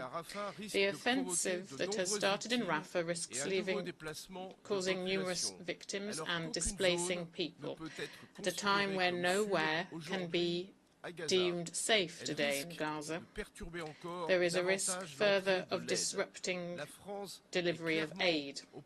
France is clearly opposed to this operation. France condemns Hamas's attack on the Kerem Shalom crossing point and recall that all parties must do everything they can to protect civilians and guarantee access for humanitarian aid. President, it is high time to mobilize for a political solution. Thank you very much. I thank the delegate of France, and I now invite the distinguished delegate of Finland to take the floor.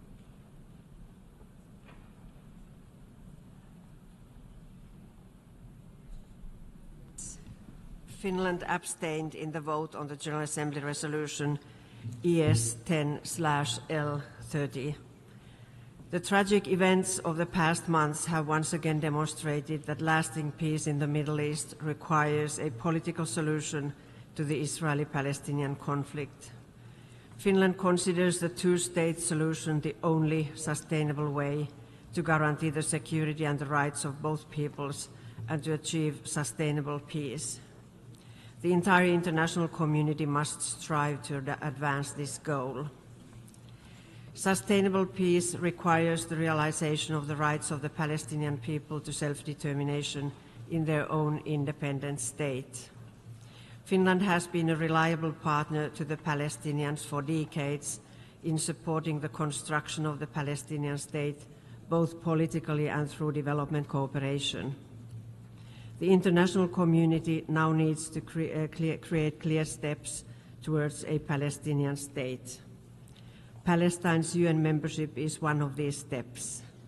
It is of utmost importance that the membership is not merely symbolic, but comes as part of a broad-based plan that produces concrete improvements to the situation of the Palestinians and the security of the whole region. Unfortunately, the international community has not yet agreed on such a plan. Finland wants to see an independent, internationally recognized Palestinian state as a full member of the United Nations as soon as possible. Despite the difficult situation, it is important that all peoples in the region become aware of the necessity of the two-state solution. The leadership of both parties must act in a manner that makes the two-state solution credible in the eyes of the citizens. Mr. President, the protection of civilians must immediately become the highest priority. Israel must stop all its illegal activities in the West Bank and release the Palestinian revenues it is withholding. The Palestinian government needs to implement its reform program. We all must acknowledge openly that there is no return to the status quo ante of 7th of October. Finland continues to call for a sustainable ceasefire in Gaza and the immediate release of all hostages. Ultimately, the benefits of the two-state model clearly outweigh disadvantages for all residents in the region. The peoples of Israel and Palestine deserve a better, secure future, and the Palestinians have the right to take decisions on their own affairs. Thank you, Mr. President. I should like to thank the distinguished representative of Finland, and I now invite the distinguished representative of Australia to take the floor. I thank you, Mr. President. Australia welcomes this resolution's unwavering support for the two-state solution of Israel and Palestine living side by side in peace and security within recognised borders. This is a clear rejection of the goals and methods of Hamas. A two-state solution, Israel and Palestine, is the opposite of what Hamas wants. We condemn Hamas' terrorist attack on Israel and call for the immediate release of all hostages. Australia has long believed a two-state solution offers the only hope for breaking the endless cycle of violence and achieving lasting peace. Like many member states, Australia has been frustrated by the lack of progress. There is a role for the international community to build momentum, set expectations that parties resume negotiations for tangible progress, and to support efforts for a political process. The resolution does not provide membership of the United Nations and retains the status of the permanent observer mission with a modest extension of additional rights. We appreciated our engagement with member states and the Palestinian observer mission to ensure that this was clear. The resolution expresses the General Assembly's aspiration for full Palestinian membership of the United Nations, something which must ultimately be recommended by the Security Council consistent with the Charter. While this resolution is not what we would propose, it is for all these reasons that Australia voted yes. Like many other countries, our vote for this resolution is not bilateral recognition of Palestinian statehood. Nevertheless, Australia no longer accepts that recognition can only come at the end of the peace process. We have been clear there is no role for Hamas in a future Palestinian state. Such a state cannot be in a position to threaten Israel's security. Reform of the Palestinian Authority is required, and direct negotiations will be needed on final status issues, including Jerusalem and borders. We have listened to Israel's concerns. Australia will always remain committed to Israel's right to exist in peace and security.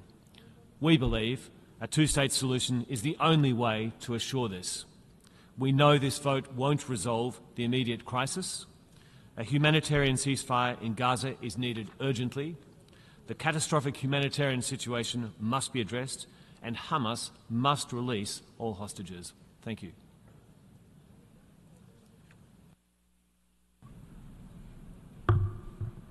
I give the floor next to the distinguished delegate of Germany, after thanking the distinguished delegate of Australia for his statement. Germany, the floor is yours. Thank you, Mr. President. Mr. President, Germany firmly believes in two states, Israel and Palestine, for two peoples in the Middle East. We share the goal of a Palestinian state. We fully support Palestinians' right to self-determination. Every child, every family deserves to live in peace, in prosperity, and in dignity, and we want the Palestinian people to have their own state. Germany has worked towards that for years, and we will relentlessly continue to do so. Today, immediate action is required, supported by collective international efforts to stop the fighting, to release the hostages, to ensure and guarantee security for Israelis and Palestinians alike, to provide humanitarian assistance, and to end the suffering and the destruction. Without such immediate steps, a Palestinian state will not become a reality. But we want a Palestinian state to exist in reality. Unfortunately, today's vote in the General Assembly will not be able to create a viable Palestinian state, nor will it make peace. If immediate full membership ended all the suffering we are witnessing, we would have today wholeheartedly voted yes. Only direct negotiations between Israelis and Palestinians will lead to sustainable peace in the Middle East and to a two-state reality. And this is why we have abstained today. At this moment of time, let us focus on what is necessary to open an effective road to peace and security for the region, for Israelis and Palestinians alike. Germany is working relentlessly towards this goal. In close coordination with our partners in the region, we are focusing on creating the conditions necessary for a two-state solution. To be very clear, and on this many in this room seem to agree, full UN membership of a Palestinian state is not the beginning nor the end of a political process towards a two-state solution, but it is an integral part of such a political process. Israelis and Palestinians must start agreeing on tangible steps, steps that allow both peoples to live in dignity and security side by side, steps to end the occupation and to prevent violence and incitement. Today we stand against unilateral measures undermining the prospect for a two-state solution, namely illegal settlement activities in the occupied territories and unprecedented levels of settler violence. We call upon the government of Israel to do its part to keep the two-state solution viable. At the same time, Palestinians need to lay the ground for a viable and legitimate state structure. What is needed is an effective, unified Palestinian Authority determined to live in peace and security with Israel as good neighbors. This will require continuous substantial efforts from all stakeholders. The international community stands ready to take responsibility to ensure that the Palestinian Authority can effectively fulfill this task and guarantee security for Israelis and Palestinians alike. What happened on the 7th of October 2023 must never happen again. Israel's legitimate security concerns must be met, and Palestinians as well as Israelis must be able to live in peace and security. Germany stands ready to support it. Mr. President, in today's important vote, delegations have taken different decisions. None of us is taking this lightly. We all seek to contribute to the same objective: peace and security for every child in Palestine, peace and security for every child in Israel, peace and security for the whole region, and especially a viable two-state solution. Let us therefore join forces to work towards peace. The horrible war in Gaza is a stark reminder that this is the only way forward. Ending the killing in Gaza is of the utmost importance. Hamas must end the terror. This would stop the war. All hostages must be released immediately and unconditionally. Israel must finally allow for humanitarian assistance to reach all innocent men, women, and children in Gaza now. We also call upon Israel to refrain from further escalation in Rafah and to do everything in its power to protect the lives of civilians in Gaza. As every country has the right to self-defense, every country also has the obligation to protect civilians.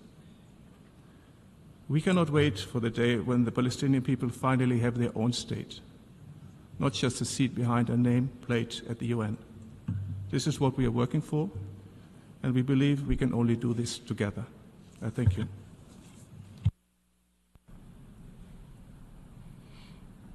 I thank the distinguished representative of Germany for his statement, and I now invite the distinguished representative of Italy to take the floor. Mr. President, Italy is a firm supporter of the principle two people, two states, and shares the goal of a comprehensive, lasting peace that could only, and I stress only, be achieved on the basis of a two-state solution with Israel and Palestine living side by side in peace and security within agreed, recognized borders. We believe such a goal must be achieved through direct negotiations between the parties. We have doubts that today's approval of the resolution will contribute to the objective of reaching a lasting solution to the conflict. That is why we decided to abstain. With the brutal attacks perpetrated by Hamas on October 7th and the ensuing conflict in the Gaza Strip, reaching the objective of the two-state solution has become more urgent than ever. That is the only way to avoid the eternal cycles of action and reaction that have poisoned generations of Israeli and Palestinians' life. There will be no security for Israel without the existence of a sovereign, viable Palestinian state. A Palestinian state whose territory should cover both the West Bank and Gaza, and that should be effectively governed by a revamped Palestinian Authority.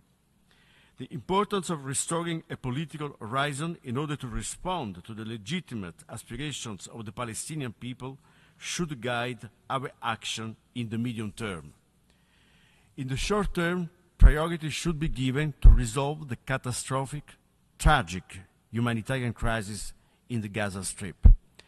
Within this context, we urge Israel to halt its plans already underway to start a ground operation in Rafah. As also mentioned by the President of the Italian Republic in front of this very assembly 3 days ago, Italy supports the Secretary General's call for military operations at Rafah to be avoided, given the painfully tragic consequences that they would further have on Palestinian civilians. At the same time, we also urge Hamas to release all the hostages unconditionally. Italy is doing its part to alleviate the immense suffering of the Palestinian population on the brink of a famine. Recently, our Foreign Minister launched the initiative Food for Gaza in collaboration with FAO, WFP, and IFRC, aimed at better meeting the urgent demand for food security and primary health of the civilian population. We are also ready to resume our funding to UNRWA, earmarked to specific projects. We believe that the agency continues to play a pivotal role in the delivery of humanitarian assistance, playing a stabilizing role in the wider region. Once the emergency phase is over, Italy stands ready to do its part, together with all its partners, to contribute to relaunch a political horizon. I thank you. I should like to thank the distinguished representative of Germany, and I now invite the distinguished representative of Austria to take the floor. Thank you, Mr. President. Austria abstained on draft resolution L30 Rev 1 entitled Admission of New Members to the United Nations. Here's why. The admission of new members to the UN is a political and also a legal step. In general, it is one that we encourage deeply. For Austria, the United Nations is the paramount global organization where all states of the world seek solutions together to common challenges. Regarding the Middle East peace process, Austria therefore fully supports the vision set out in this resolution for two states, Israel and Palestine, living side by side in peace and security within recognized borders based on the pre-1967 borders. Austrian political leaders have consistently called for that.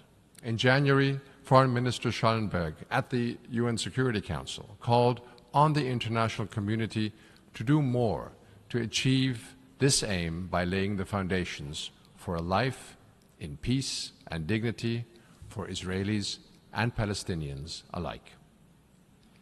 Austria remains committed to this goal, but we believe that genuine peace and security for Israelis and Palestinians alike can only be achieved through a political process. A mere symbolic recognition of Palestine will not bring about the changes that Palestinians aspire to and that they deserve. For this reason, Austria abstained on the draft resolution today and calls instead on both sides to return to the negotiation table.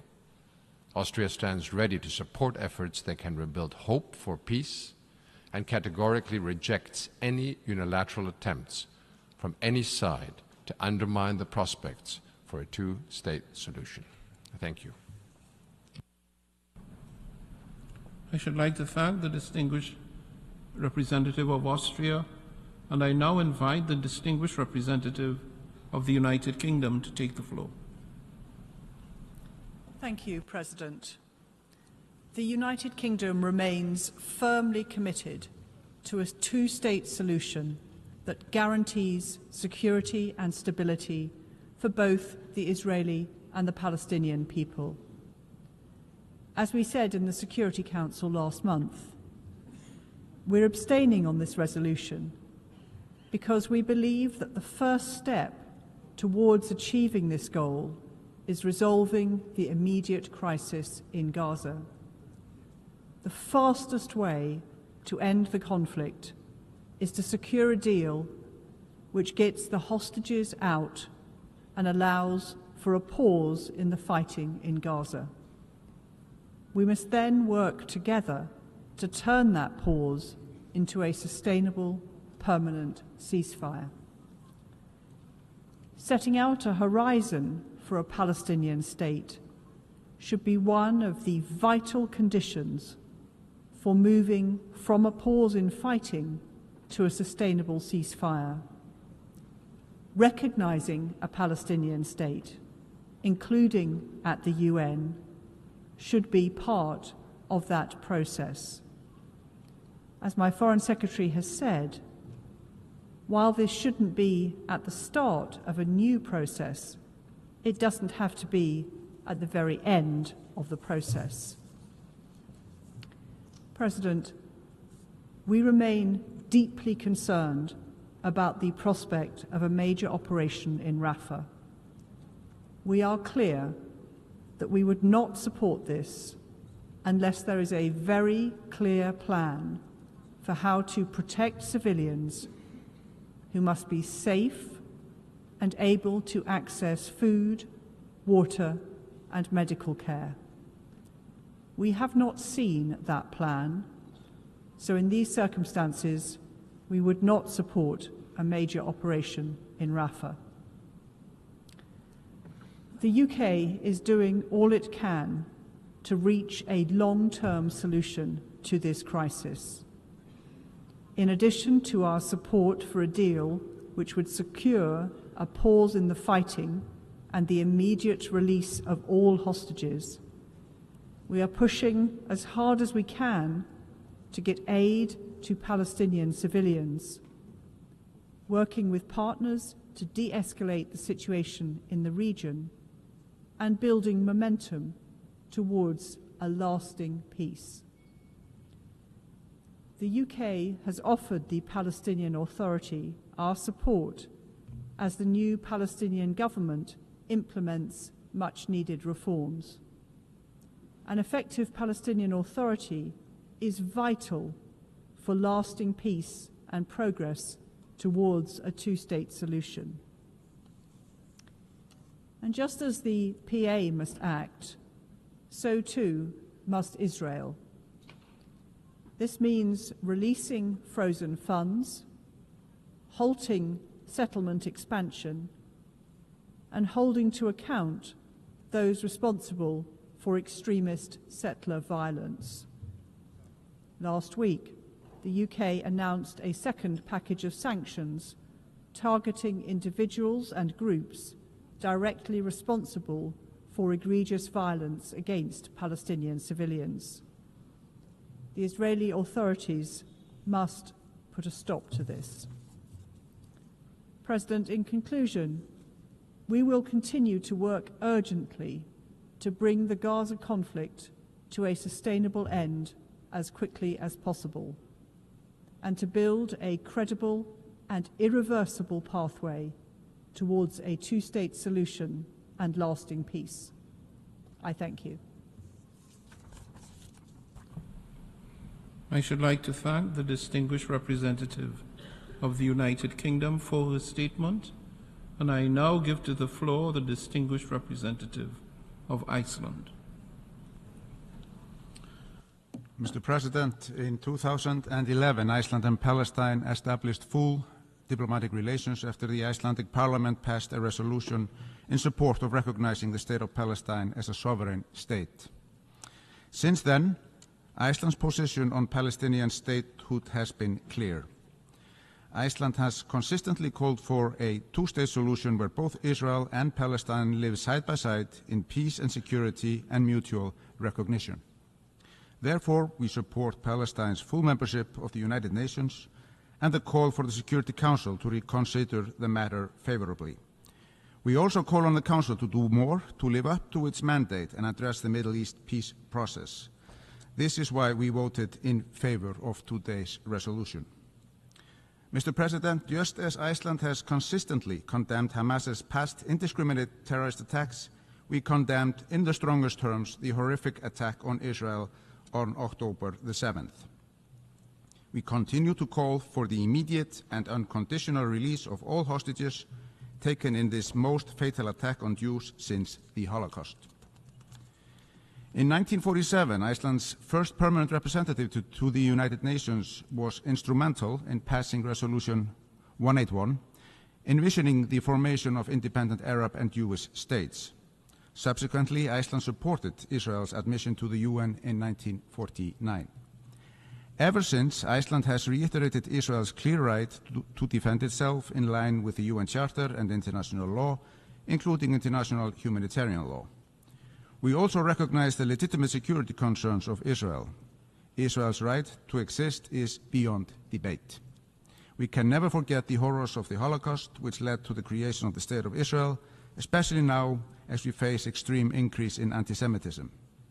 At the same time, we recognize the injustice of Israel's illegal settlements in the West Bank and East Jerusalem and the blockade of Gaza. We once again call on Israel to put an end to this and take action to stop settler violence. Freedom of media also needs to be respected. Mr. President, ultimately international law provides states with rights and obligations. Both are sacred. Iceland expects the two states, Israel and Palestine, to enjoy and respect both. In the past months, the world has witnessed hindered access for humanitarian aid, water and power to Gaza. There have been reports of civilian infrastructure and hospitals being used for purposes that can deprive them of the protection under international humanitarian law. And we have witnessed totally unacceptable losses of the lives of civilians, children, aid and health workers, journalists and UNRWA staff. All of these constitute serious violations of international humanitarian law. The figures are shocking. After 6 months of war, over 35,000 people have died in Gaza. More than 2 million civilians are desperately in need of life-saving aid. Civilian infrastructure is in ruins. And if Israel's large-scale military campaign in Rafah materializes, the situation is bound to get even worse. We therefore urge Israel to hold its operations in Rafah. Iceland condemns all violations of international law, including international humanitarian law. And again, international law provides states with rights and obligations. Both are sacred. We must restore respect for international law, including humanitarian law, which binds all parties to armed conflicts and cannot be derogated from. The civilians in Gaza must be protected in accordance with the legally binding orders issued by the International Court of Justice in The Hague.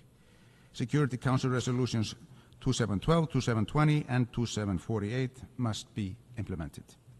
Mr. President, mindful of how seemingly insurmountable grievances have been overcome during our lifetimes, there is hope for the two states to live side by side in peace. The people of Palestine and Israel deserve to live in peace and security in prosperous and democratic societies. They deserve to live without fear of aggression or terrorist attacks. We therefore call on Israel and Hamas to urgently agree to and implement a sustained ceasefire and commend all efforts to try to bring an agreement to fruition. Today's resolution will not immediately change the situation on the ground, but it recognizes that peace will not be achieved through unilateral means. It calls for more to be done and determines that there is no better path towards peace than the two-state solution. In this context, Mr. President, Palestine should qualify and be welcomed as the 194th UN member state. And I thank you. I should like to thank the distinguished delegate of Iceland for his statement, and I now invite the distinguished delegate of Romania to take the floor. Thank you very much, Mr. President. Mr. President, Romania abstained on the resolution on the admission of new members to the United Nations. Romania has recognized Palestine in 1988, and we remain supportive of the two-state solution as the only option for a just and lasting resolution of the Palestinian-Israeli conflict. In the 36 years since recognizing Palestine, we have been standing by the Palestinian people and provided support throughout the time to the civilians, including during the ongoing crisis. And we will continue to support the Palestinians in line with international law, international humanitarian law. As a long-standing supporter of the Charter, Romania wishes to highlight that admission of a state to UN membership will be, quote, effected by a decision of the General Assembly upon the recommendation of the Security Council, unquote.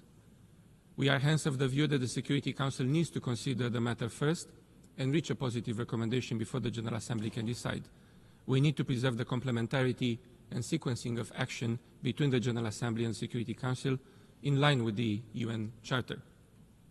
In our view, the two-state solution remains the only way for bringing just and lasting peace in the Middle East, based on international law, relevant UN Security Council resolutions, the Madrid principles, including Land for Peace, the agreements previously reached by the parties, and the Arab Peace Initiative, with the State of Israel and an independent, democratic, contiguous, sovereign and viable State of Palestine living side by side in peace and security and mutual recognition. UN membership for Palestine is part of this larger framework conducive to peace and stability. The international community, including the United Nations, need to redouble efforts to create the necessary conditions. Thank you, Mr. President. I should like to thank the distinguished delegate of Romania, and I now give the floor to the distinguished representative of Latvia. Mr. President, Latvia abstained on the resolution on admission of new members of the United Nations because we continue to believe official recognition of a Palestinian state should only be conducted in the framework of a negotiated agreement in accordance with the international parameters. Latvia recognizes the right of the Palestinian people to self-determination, including the right to their independent state of Palestine. Latvia remains committed to the two-state solution of Israel and Palestine living side by side in peace and security within recognized borders based on the pre-1967 borders to guarantee sustainable peace. Our vote shall not be interpreted as support to the ongoing crisis, including practices that violate international law and international humanitarian law. We fully recognize that more than 34,000 Palestinians have perished, and the remaining residents of Gaza continue to face life-threatening danger as well as humanitarian catastrophe. This crisis must be addressed without delay, ensuring immediate humanitarian pause and sustainable ceasefire, unconditional release of hostages, and the provision of unhindered humanitarian assistance at scale to the Palestinian people to end the suffering now. We thank the Palestinian Mission and other interlocutors for their constructive efforts to improve the text of the resolution to enable the widest possible support among UN member states.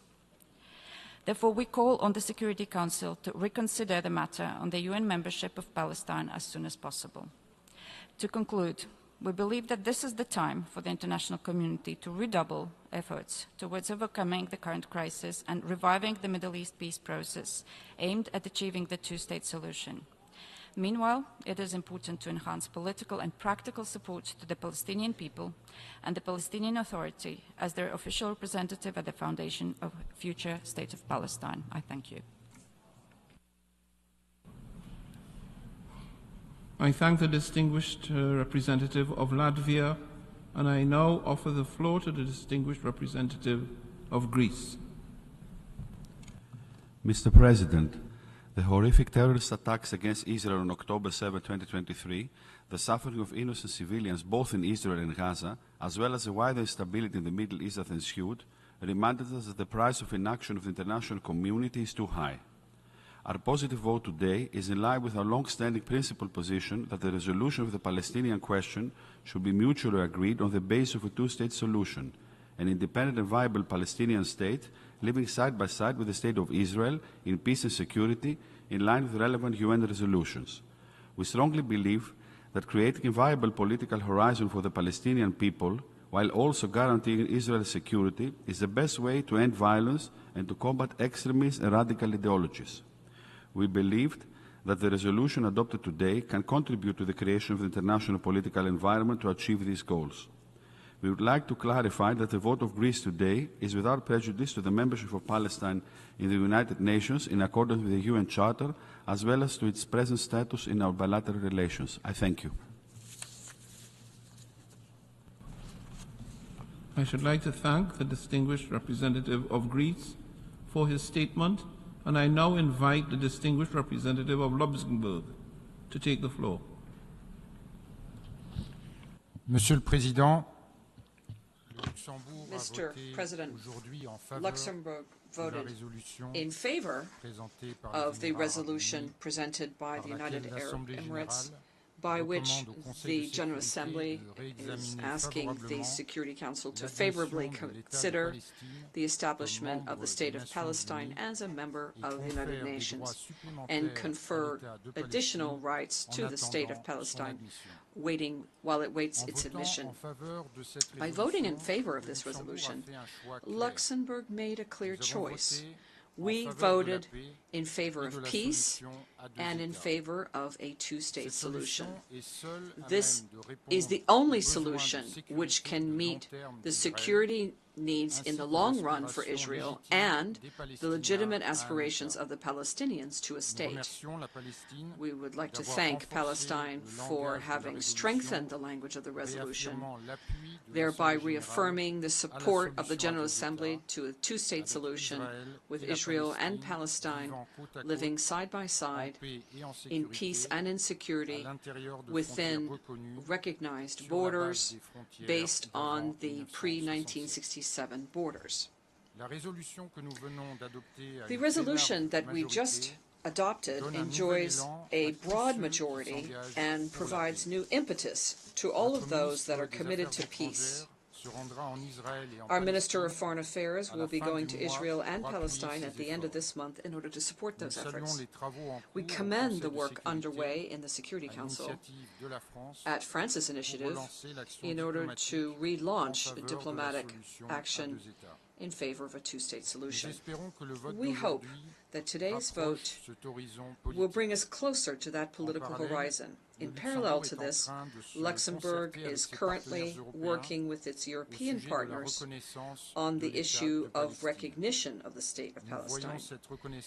We see recognition as an additional measure to support the two-state solution. The vote this morning also provides us with a glimmer of hope for the people of Gaza and to the families of the hostages.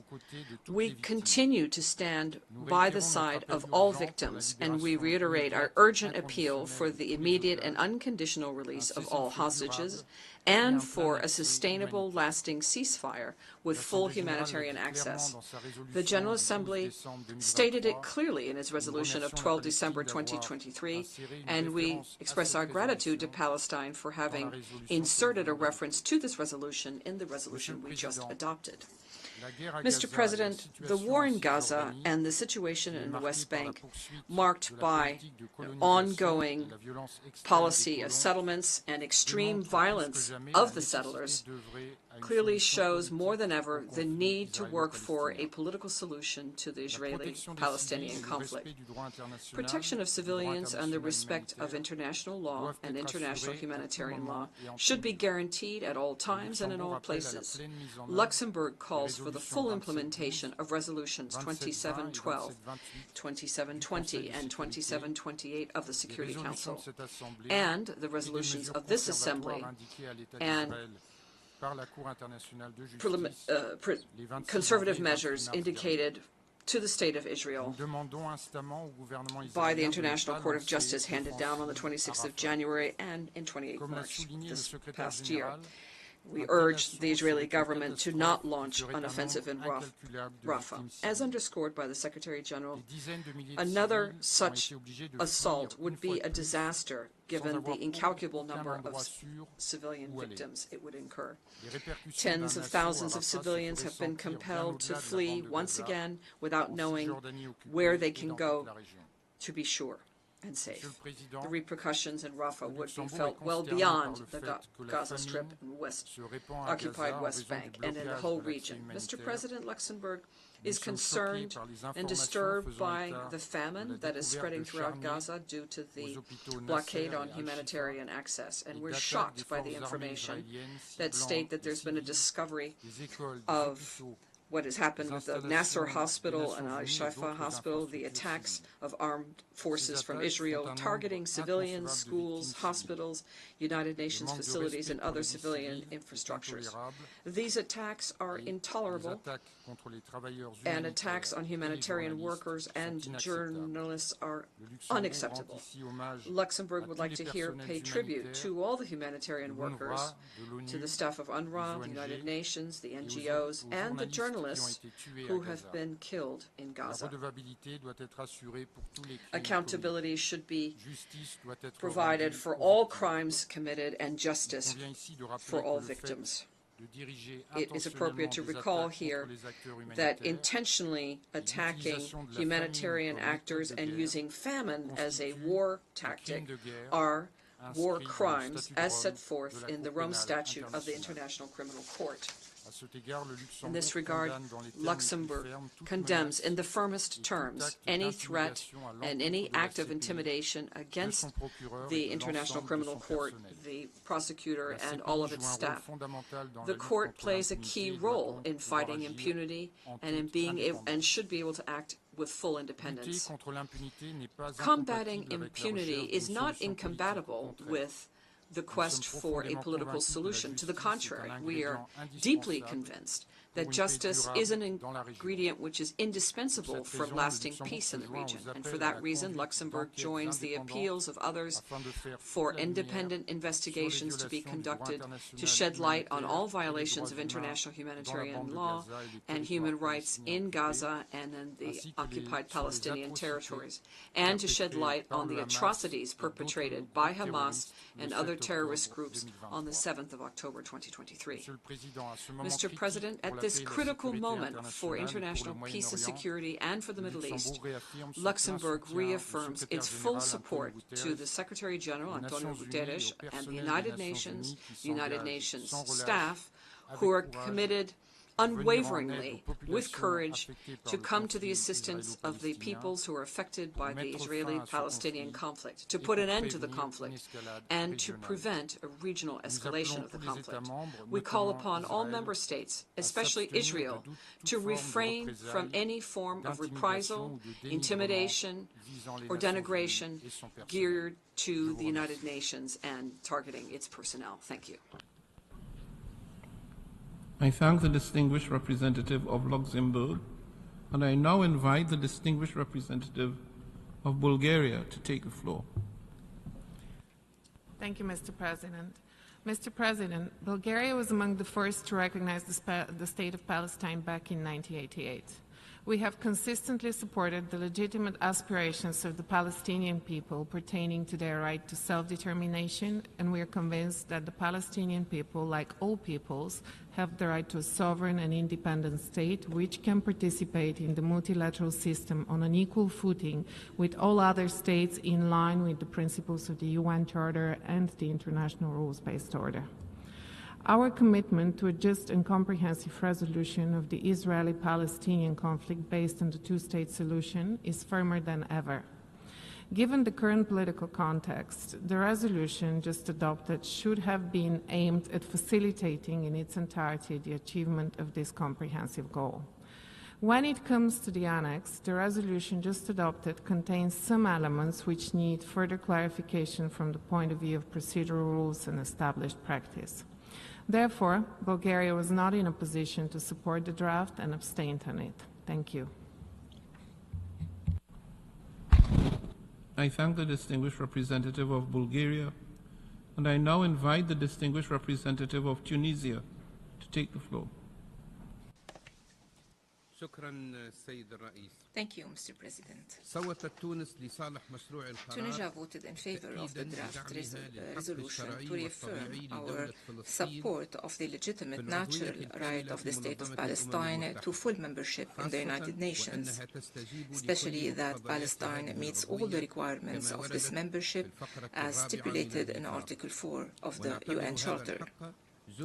This right is an inherent right of the legitimate right of the Palestinians to self-determination. It would allow the State of Palestine to pursue its efforts along the international community to end occupation, to put an end to the crimes and genocide, to the oppression and abuse against the Palestinian people for 7 decades now.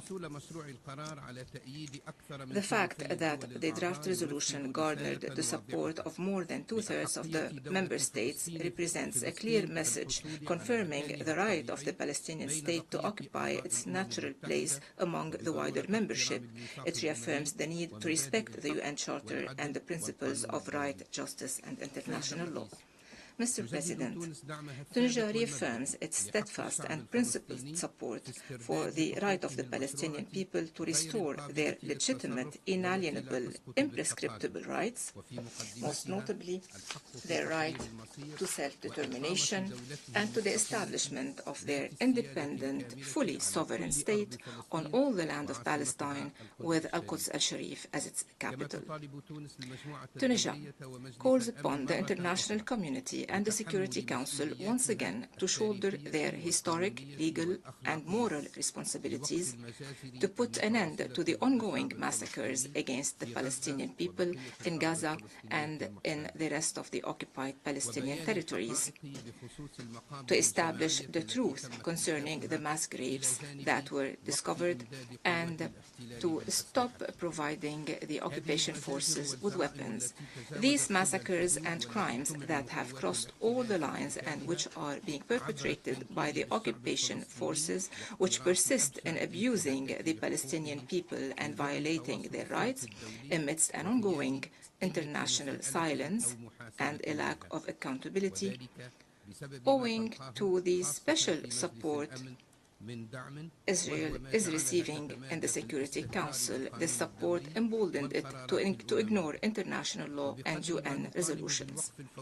We call for an immediate end of these crimes and to holding the occupation accountable, to also hold accountable those responsible for genocides and war crimes.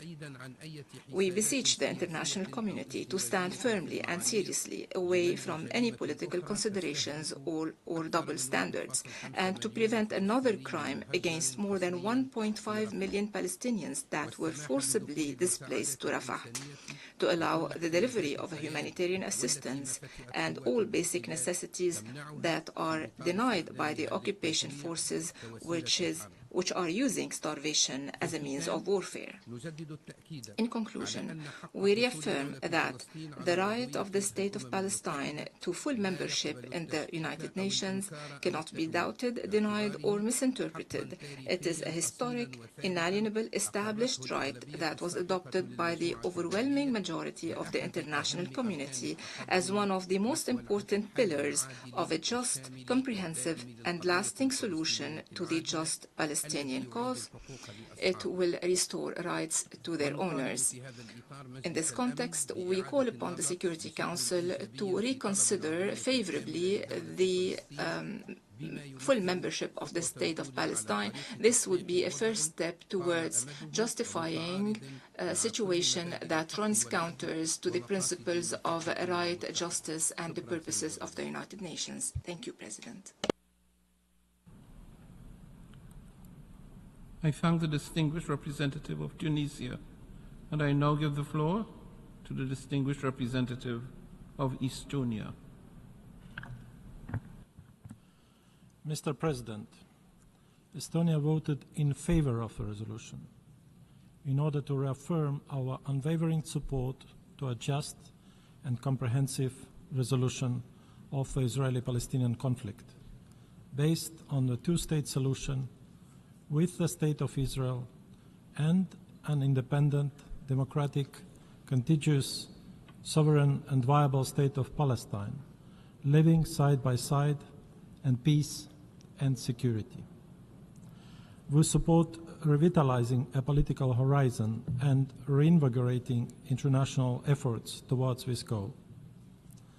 Estonia supports granting the State of Palestine additional rights and privileges for participation in the work of a General Assembly without setting a precedent and in full conformity with the UN Charter, i.e. excluding the right to vote and putting forward candidacies to United Nations organs and maintaining the status of a non-member observer state.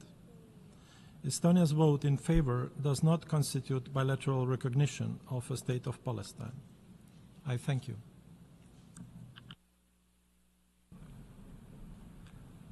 I should like to thank the representative of Estonia, and I now call upon the representative of Cyprus.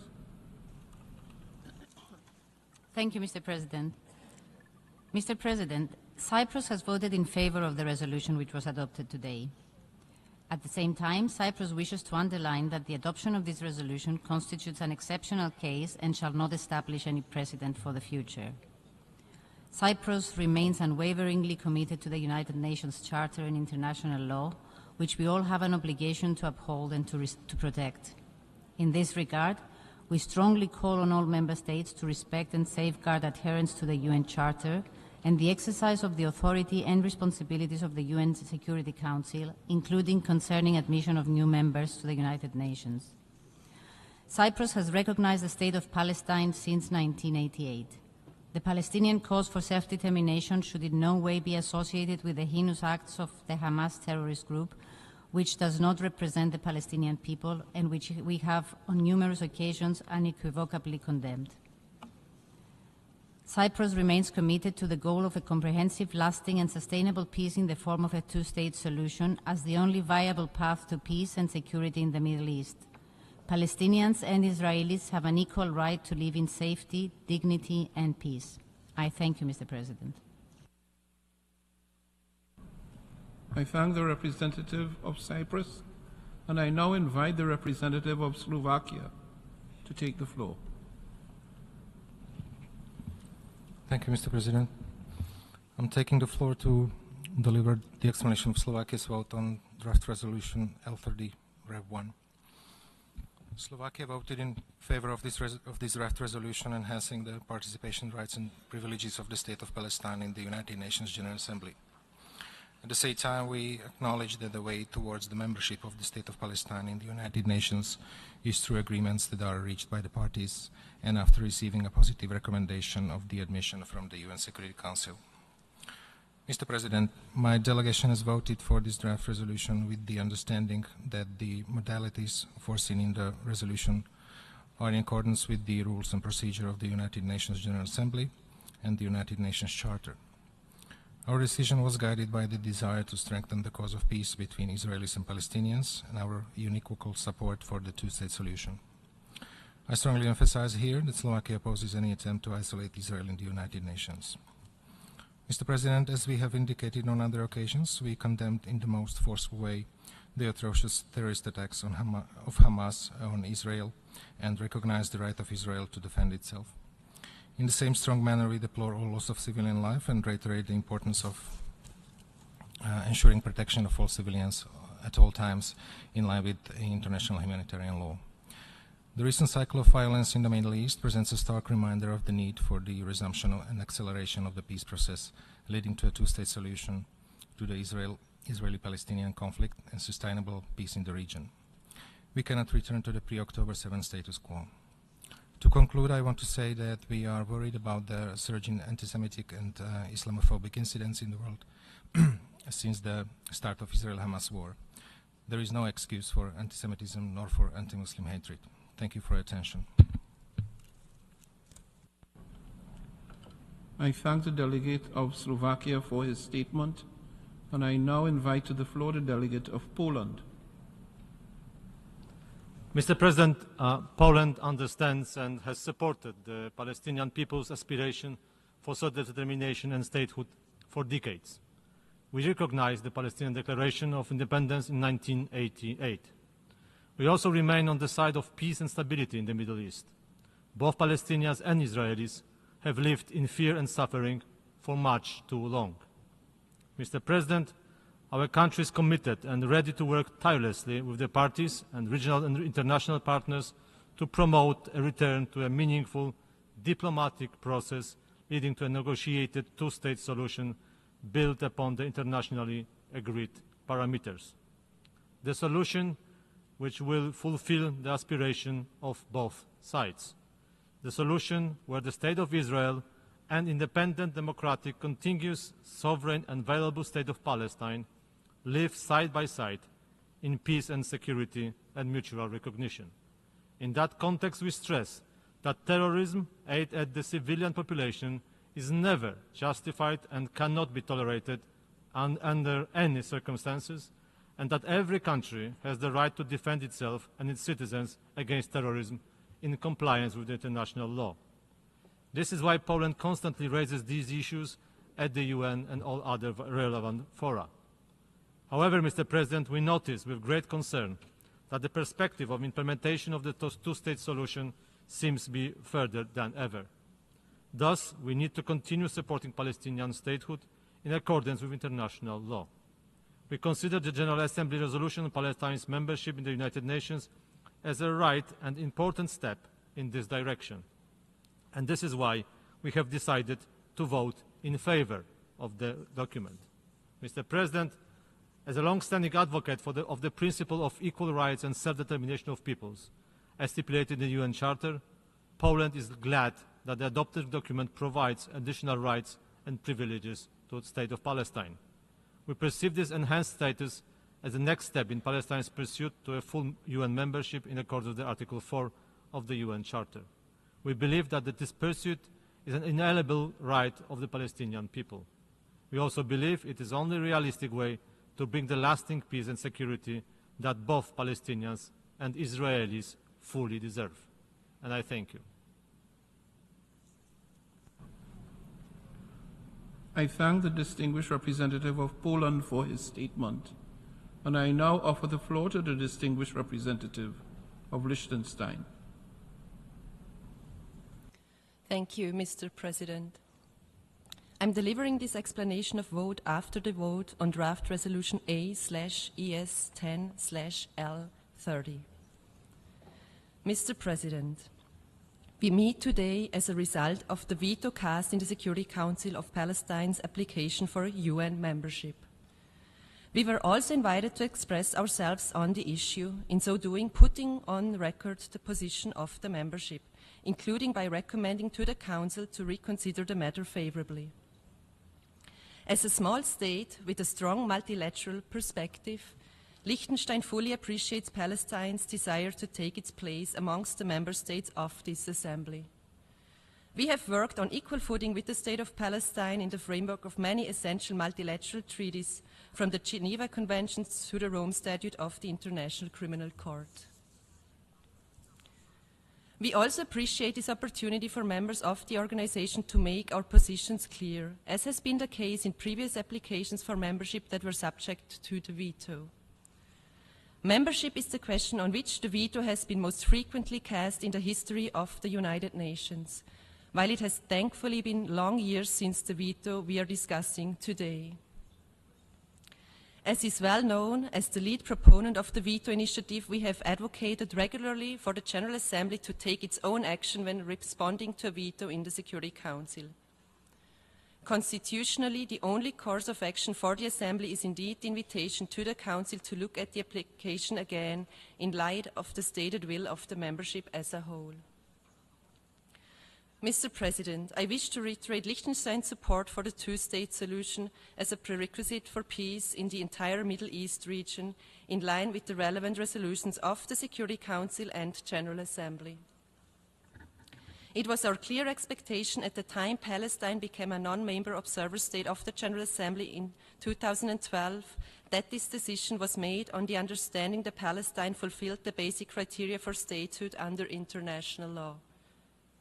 Full membership was at the time not seen as politically feasible, and the observer status granted by this assembly was deemed as a reasonable compromise in the circumstances. Instead, the prospect of membership was seen by some as incentivizing the Palestinian Authority to engage in serious and credible negotiations towards a two-state solution. Unfortunately, since the adoption of the resolution confirming Palestine's status as an observer state, we have not seen progress in the negotiations between the parties. Regrettably, and in part due to the lack of a political settlement between the parties that could have built a constituency for peace, the two-state solution is now openly questioned, both by Hamas but also by members of the current Israeli government who have made clear that they will oppose the creation of a Palestinian state of any kind. Instead, it appears that the lack of progress in negotiations and accordingly in the posture of our organization has strengthened these actors by ensuring that the status quo ante from which they benefit remains in place. They have in turn increasingly created facts on the ground that make the implementation of the two-state solution much more difficult. Given this dynamic, it is thus neither appropriate nor effective to use the denial of Palestinian membership in this organization as a leverage towards final status negotiations. Mr. President, the membership of the State of Palestine in the United Nations would be an expression of the right of the Palestinian people to self-determination under international law. Its reconsideration by the Security Council in light of the criteria contained in Article 4 of the UN Charter is a necessary step in this regard. The membership would demonstrate our commitment to ensure that the Palestinian people are able to live in a secure, peaceful and dignified manner, side by side with the State of Israel as two states with equal rights as envisaged in Resolution 181 of this Assembly. Mr. President, this is why Liechtenstein has voted in favor of today's resolution. We are grateful to the authors of the text for having accepted revisions to their original text, which makes it clear that the provisions of the resolution are in line with the Charter of the United Nations. We further put on the record our continued condemnation of the terrorist attacks of 7th of October.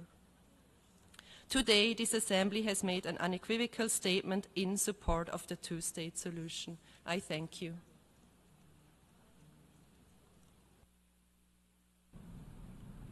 I should like to thank the distinguished representative of Liechtenstein, and I now offer the floor to the representative of the Syrian Arab Republic.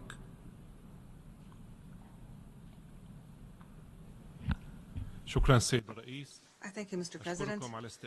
We thank you for resuming the 10th emergency special session of the General Assembly, which is being held as we witness the continuation of humanitarian suffering in the Gaza Strip as a result of the wars of genocide, the war crimes, and the crimes against humanity perpetrated by the Israeli occupation forces against the Palestinian people. These crimes have led to the martyrdom of over 35,000 Palestinians, most of whom are women and children.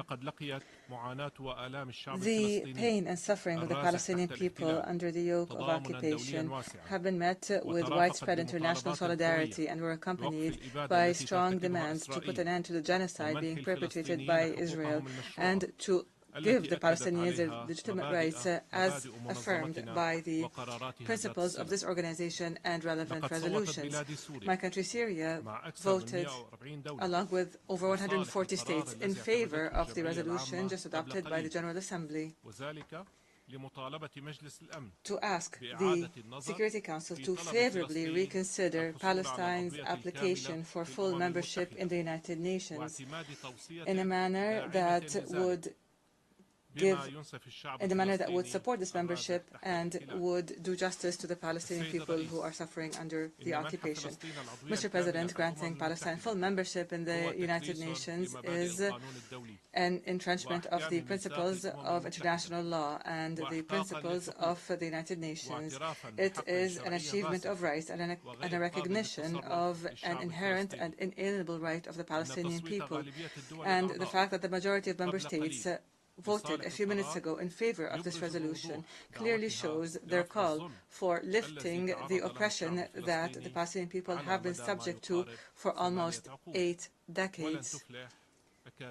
The lies and the claims and the shows that the representative of the Israeli occupying regime puts on will not succeed in hiding this truth.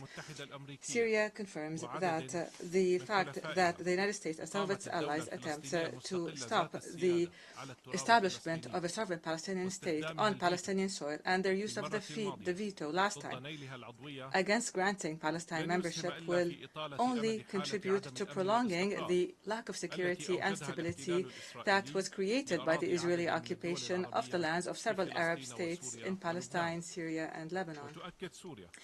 Syria confirms that its vote for the resolution is an expression of its firm and principled position that strongly supports the Palestinian people and their legitimate rights.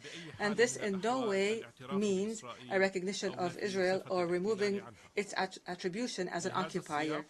And here we renew our demand for putting the United Nations resolutions and of relevance into action to put an end to the occupation and to guarantee a full Israeli withdrawal from occupied Arab territories, including the occupied Syrian Golan, and until the 4 June 1967 lines. Mr. President, Syria condemns in the strongest terms the barbaric Israeli attack that continues against the sisterly Palestinian people and the accompanying and repeated attacks on Syrian land and our people in the occupied Syrian Golan. We demand an end to this aggression. Syria condemns the unlimited support that some Western states are offering, with the United States at their forefront. We condemn the support that is being given to Israel as it perpetrates violations and crimes and aggressions in Palestine, in Syria, and Lebanon. And we condemn that it prevents the Security Council from upholding its responsibilities to maintain international peace and security. This shows this Western support for Israel by a handful of Western states. This support shows hypocrisy and double standards in dealing with matters of human rights and with matters on the maintenance of international peace and security and the noble principles and values that have been upheld in the Charter of the United Nations. Syria reiterates its support for the Palestinian people as they struggle to liberate their occupied land. We stress the need to immediately stop the Israeli aggression and to offer urgent humanitarian aid to the people of Gaza and to stop their forceful displacement and eviction. And we warn of the dangers of attacking Rafah, which is the last resort to the people of Gaza. My country confirms the need to hold accountable the Israeli war criminals for the crimes that they have perpetrated and to guarantee that they do not enjoy impunity. I thank you, Mr. President. I should like to thank the distinguished representative of the Syrian Arab Republic, and I now invite the distinguished representative of the Republic of Korea to take the floor. Thank you, Mr. President. With the adoption of today's resolution, Palestine has been granted additional methods of participation in the UN General Assembly as a non-member observer.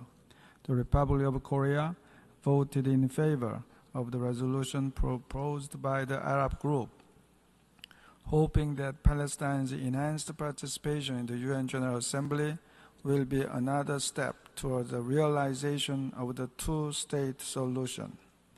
We believe that in the future, when an appropriate time comes, Palestine will be able to serve as a member of the United Nations in accordance with the Charter, which will be a critical step towards the ultimate goal of the two-state solution and lasting peace. The Republic of Korea also voted in favor of the resolution with the understanding that the modalities provided in the resolution are only effective within the scope of the UN Charter and that the resolution does not constitute a precedent for other cases, as clearly provided in the resolution. We also note that our vote in favor does not constitute bilateral recognition of Palestine as a state. At a future time that is most conducive to the resolution of the conflict, the Republic of Korea will consider this important matter.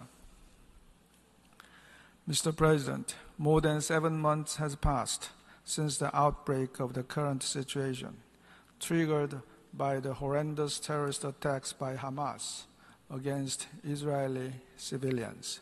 The ongoing military operations in Gaza by Israel has caused unfathomable suffering for innocent Palestinian civilians in Gaza.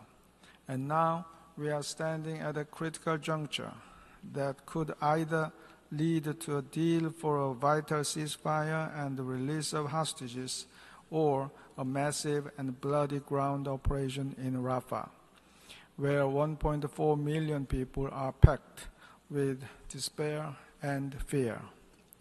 At this stage, it is vital that the utmost diplomatic efforts by the US, Egypt, and Qatar can lead to an invaluable outcome. As such, we urge the parties to the conflict to prioritize the suffering of Gazan civilians and Israeli hostages over any other considerations, and to take the right path towards the ceasefire. Neither the 2.3 million people in Gaza nor the Israeli hostages and their families deserve this tragedy.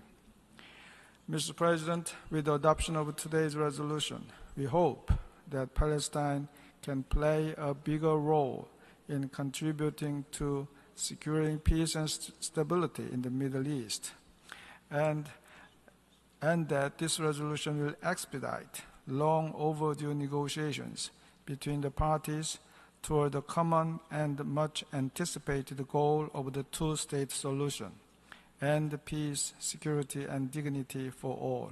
I thank you, Mr. President.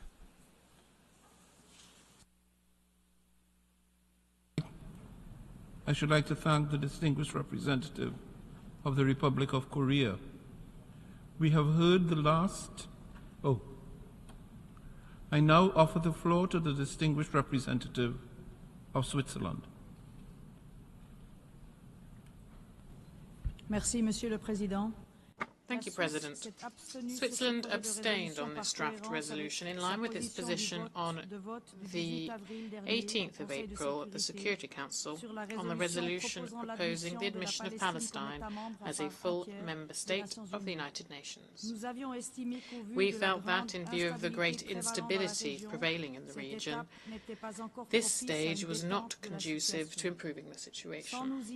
Without opposing it, we believe it would be preferable to consider admitting Palestine as a full member of the United Nations at a time when such a step would insert itself into the logic of an emerging peace. Such an admission would, however, have to follow the procedures enshrined in the Charter, taking into account the role of the Security Council based on a decision by all its members, forged on their common appreciation. In our view, however, too many of the elements included in the resolution submitted to the General Assembly for a vote today prejudge the opinion that the members of the Committee for the admission of new members will have to provide when the time comes in accordance with the Charter. Switzerland, however, recognises that the observer state of Palestine and its representatives in New York have the necessary qualities to honour the enhanced status to which they aspire within the General Assembly.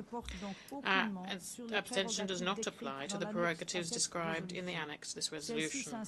These are in line with the observer state status we voted for in 2012, and which the observer state of Palestine has so far adequately fulfilled. Finally, Switzerland's abstention does not change our firm support to the two-state solution. We are convinced that only a negotiated solution in which two states, Israel and Palestine, live side by side in peace and security, can lead to lasting peace between Israelis and Palestinians. President, since the acts of terror perpetrated by Hamas on the 7th of October, which Switzerland has strongly condemned, Switzerland has continually reiterated its deep concern about the situation in Israel and throughout the occupied Palestinian territory.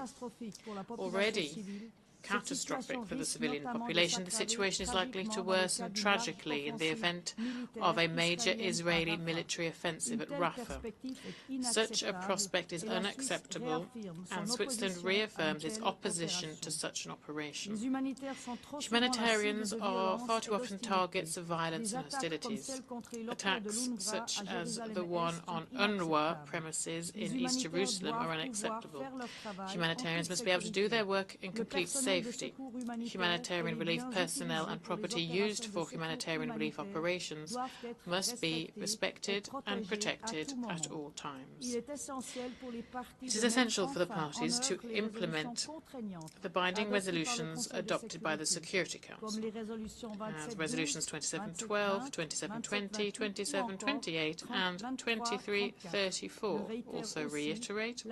Switzerland recalls that parties must respect their obligations under international law. in particular international humanitarian law and human rights law. Amongst these obligations, Switzerland recalls in particular that forcible transfer is prohibited in the same way as the deliberate use of starvation as a method of warfare. It is time for a ceasefire. The safety of civilians must be ensured. All hostages must be released immediately and unconditionally, and safe, rapid and unhindered access to humanitarian aid must be allowed throughout the Gaza Strip via all crossing points. This tragedy has gone on far too long. It is time to put an end to it. Thank you very much.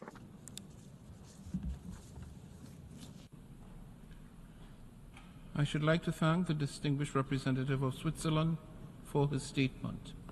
We have heard the last speaker in explanation of vote after the vote for this meeting. We shall hear the remaining speakers in explanation of vote after the vote this afternoon at 3 p.m. in this hall, to be followed by the resumption of the debate on agenda item 5. The meeting is adjourned.